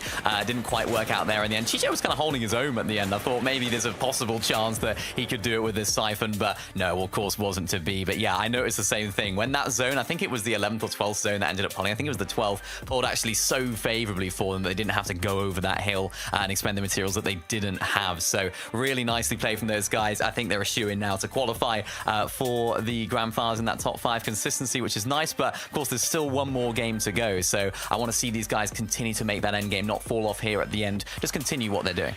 Right, I'm going to do a little bit of standings admin. Look at number 1, 2, 3 and 4. Ignore them. Number 5 is our top spot for the teams that haven't got a Victory Royale yet. So as we've just mentioned, Tayson, Chicho and Trulux, they're playing a blind, even if they are getting unlucky at times. But look at number 6, aka number 2, because Vanchiki, Pixkovsky and Battlecry, they're names that I'm not really that familiar with personally, but actually in the last few games, they've really come to the fore. They are taking some risks, they're challenging for height, and they are looking like they will be in that major final, Levin. Yeah, absolutely. I mean, I think some people might recognize Pixovsky as like the former console GOAT, right? Like this guy who used to win everything in the console tournaments. But, you know, here on PC, putting up a show as well, this endgame looks so prime for them to do well. Look how many mats they're saving here, just from the way the zone pulled, being able to stay up on the island. And then they drop down, they start playing for height, and I've already said it a couple times now, but the zone pool, they get chopped on that pool, and it's really tough, right? You have to sort of like criticize them there, maybe say you got to be a bit more aware, right? You have to be spraying tees more, applying a bit more pressure so you don't have that, especially on such a critical pool.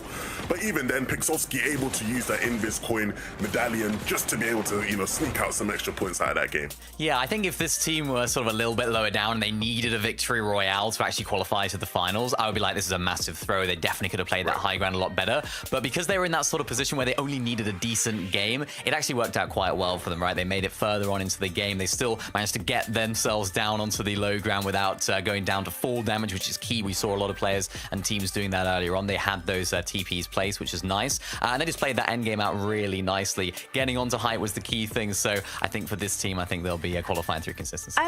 Earlier on today, I really enjoyed Coach Levin giving his constructive criticism, and I was just wondering, could we do a little bit of VOD review for Pixovsky's trio, please? Yeah, so it's all about the fine details, as we've highlighted in the end game, right? And some of the small fine details cost them in the end game, but earlier in the game, they had a similar situation. They're here on the island, taking down the Shogun boss, and of course it drops that medallion. The problem is, they eliminated him too close to the edge of the island, so the coin drops down, and so Vanjiki has to drop all the way down to pick it up. Now in this game, they're very fortunate, right? They don't get punished for it because the island was sort of on dead side. There's not many people around.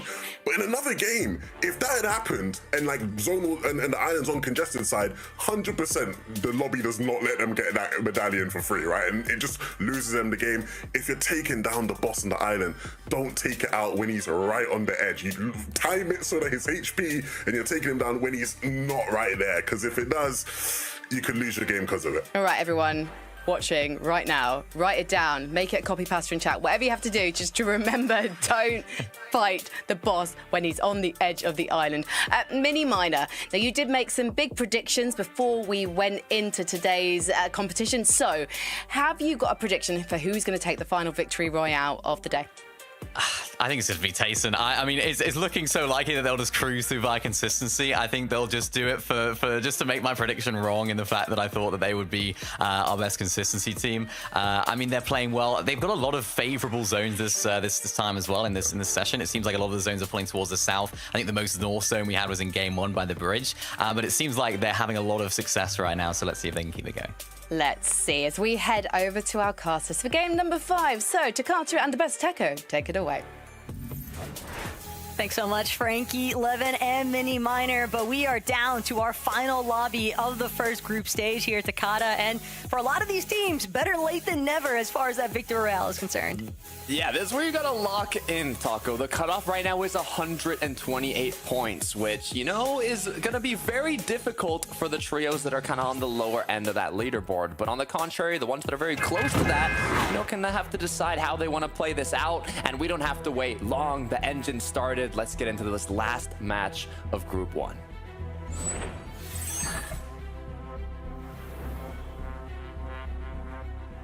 And look, I know that it can be very easy, Takata, for a lot of these teams. You know, mentally, you're coming down to your final lobby. You're still trying to see if you can find that position, at least in the top 5 for consistency. But this last Victor Royale, it really could be anyone's game just based off of what we've seen so far today. Yeah, I mean, looking at Kenty here, they are literally 6th place. So, like, basically looking at the leaderboard, not counting the trios that have already gotten the Victory Royale, they're 1 placement off being in that qualifying range through consistency, 4 points away. So everything is on the line for these types of trios that are so close to that consistency cutoff. Clone, Gramsu, and Kais, on the other hand, are gonna need quite a match here to make something happen. Hard, though, not to root for both of these teams hanging out inside of Seaport City. Granted, only one of them is going to be able to walk away completely unscathed. And for the case of Hammer and 30J, they already got pretty deep into the action. 2 eliminations on H30J, 1 on Fian as well. And they are just so far south of the map here, Takata. It has to have been an unsuspected con. Yeah, I mean, they haven't been contested from what I've seen, you know, based on the drop maps in today, but it looks like in this last match, you know, trios are kind of getting a little desperate to try and make something happen if they haven't had too much success in their drops and rotates. So changing drop spots is one of the common kind of choices that these trios do end up making, especially when more places open up. Masked Meadows being one of those. This is where Cringe, Mappy, and Cade were originally dropping, and now Teeny, H-Riss, and Skavi have uncontested Masked Meadows, so that is not bad at all to close this one off.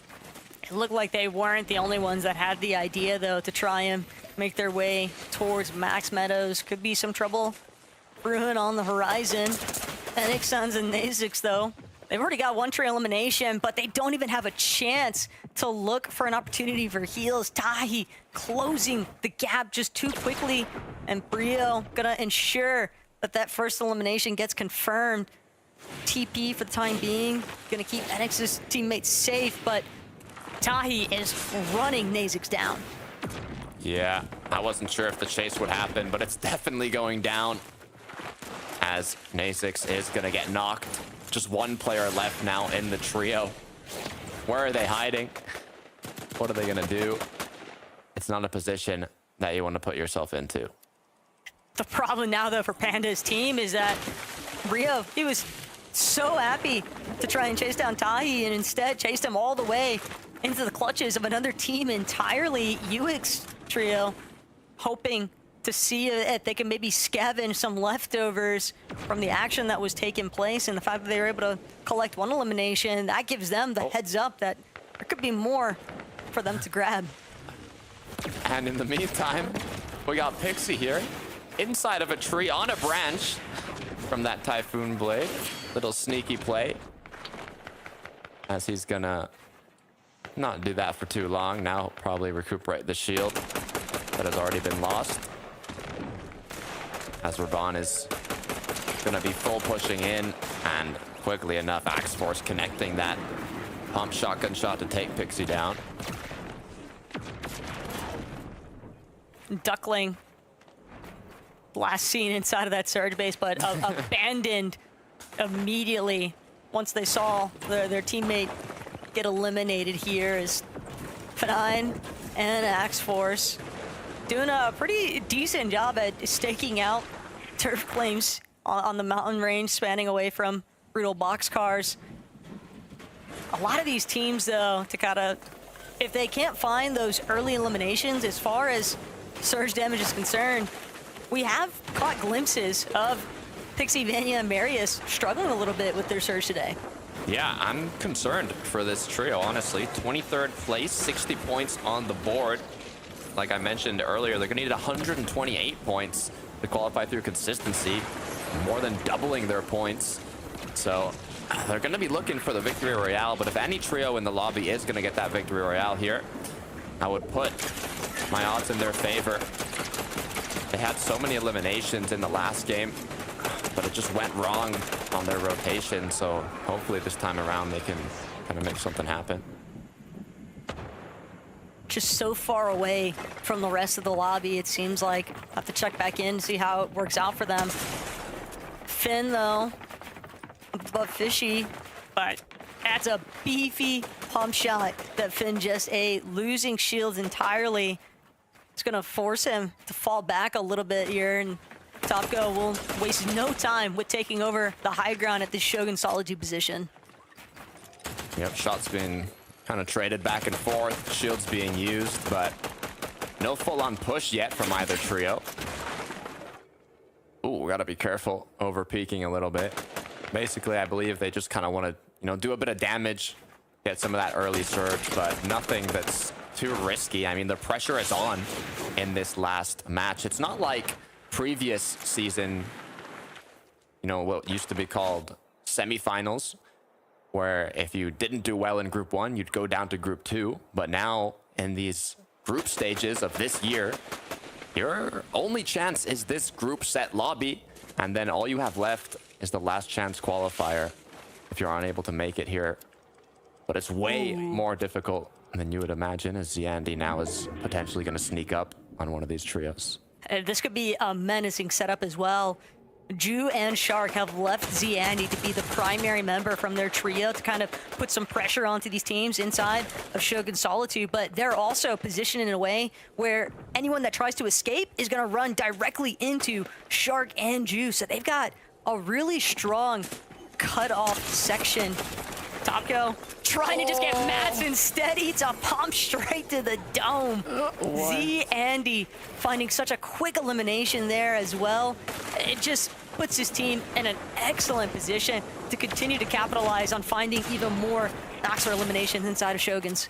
Ziandi's not done yet, though. Oni Mask used to pick up yet another elimination. You could have picked any tree, you could have picked any wall, brick, but you picked the one that as a player crouched behind. The perfect lineup. What a way to secure 2 free eliminations. You know, Henry 30J might have had the right idea with his team, just making sure to depart from that area, almost like they had that sixth sense tingling that there's something about to go horribly south there. They didn't escape. Moolah, 2T, and make it. And this could be a huge moment right now for Lushi's trio. They need to make sure that they survive this engagement. They were so close heading into this last lobby in order to get their position from consistency. Make it, though. He's not going to be able to survive this most recent exchange. Big pickups coming out of Lushi currently. Only one member left to collect. Be careful, though. Another trio. They heard the noise, they heard the chaos, and now capitalizing on that situation with the third party. Is it going to be enough of a scare to make Lushi, Moni, and his trio here just disengage completely? They've already gotten a good amount of eliminations. They've already done enough damage. They have Oni masks that they can use to rotate, but if enough pressure is put onto them, they might not even have a chance to leave. Lushi's team just does not have mats. they kind of have to finish this engagement because there could be a decent amount of siphon materials off of 2T, but knowing that Kramsu's team is just right there, smack dab in the center of all this action. Granted, Clone, not exactly the most optimal loadout for fighting. Yeah, I don't know how I feel about this one. It's going to be a very difficult fight. The good news is, if one trio does back off here, you know, it kind of minimizes that risk of a third party, but already being so far in zone, having to rotate without the materials, this position in general is just not looking too good. It's just part of the struggle that Lucy's team knew they were going to encounter, dropping at Shattered Span. There's so many question marks surrounding this POI because it can be very difficult to actually make your way out of it after you initially land. But Mula, 2T, they're just hoping for an escape currently up against Spain. Kramsu still willing to give chase though alongside Clone and Case. They need this fight more than anything, and they're not gonna let their moment slip between their fingers. Mula still trying to see if he can back up just a little bit further. One more box to create space, but Clone, Case, Kramsu just closing in every second. Shots connecting back and forth, but nothing hitting strong enough to get that knock, to get that elimination, as now more time is being wasted as the clock ticks. The Storm gets further and further away from these teams. They have to kind of figure something out. Are they going to play aggressive? Are they going to disengage? Because they can't just stay here the whole match, as now the shots continue to come through. Clone, though, is going to get a big shot taken onto him, putting them into a 2 versus 2 once again, is now another shot needing to be connected here if 2T wants to come out on top. At this stage, though, Takada, this is already looking like a net negative for both teams involved. At the very least, it's pride that you're looking to keep intact here. 2T gonna be able to get some splashes off onto Mula, but still, as you already called, this zone is just getting further and further away from them. 2T will make sure to get the final hit onto Clone, at least make sure that they get the elimination points, but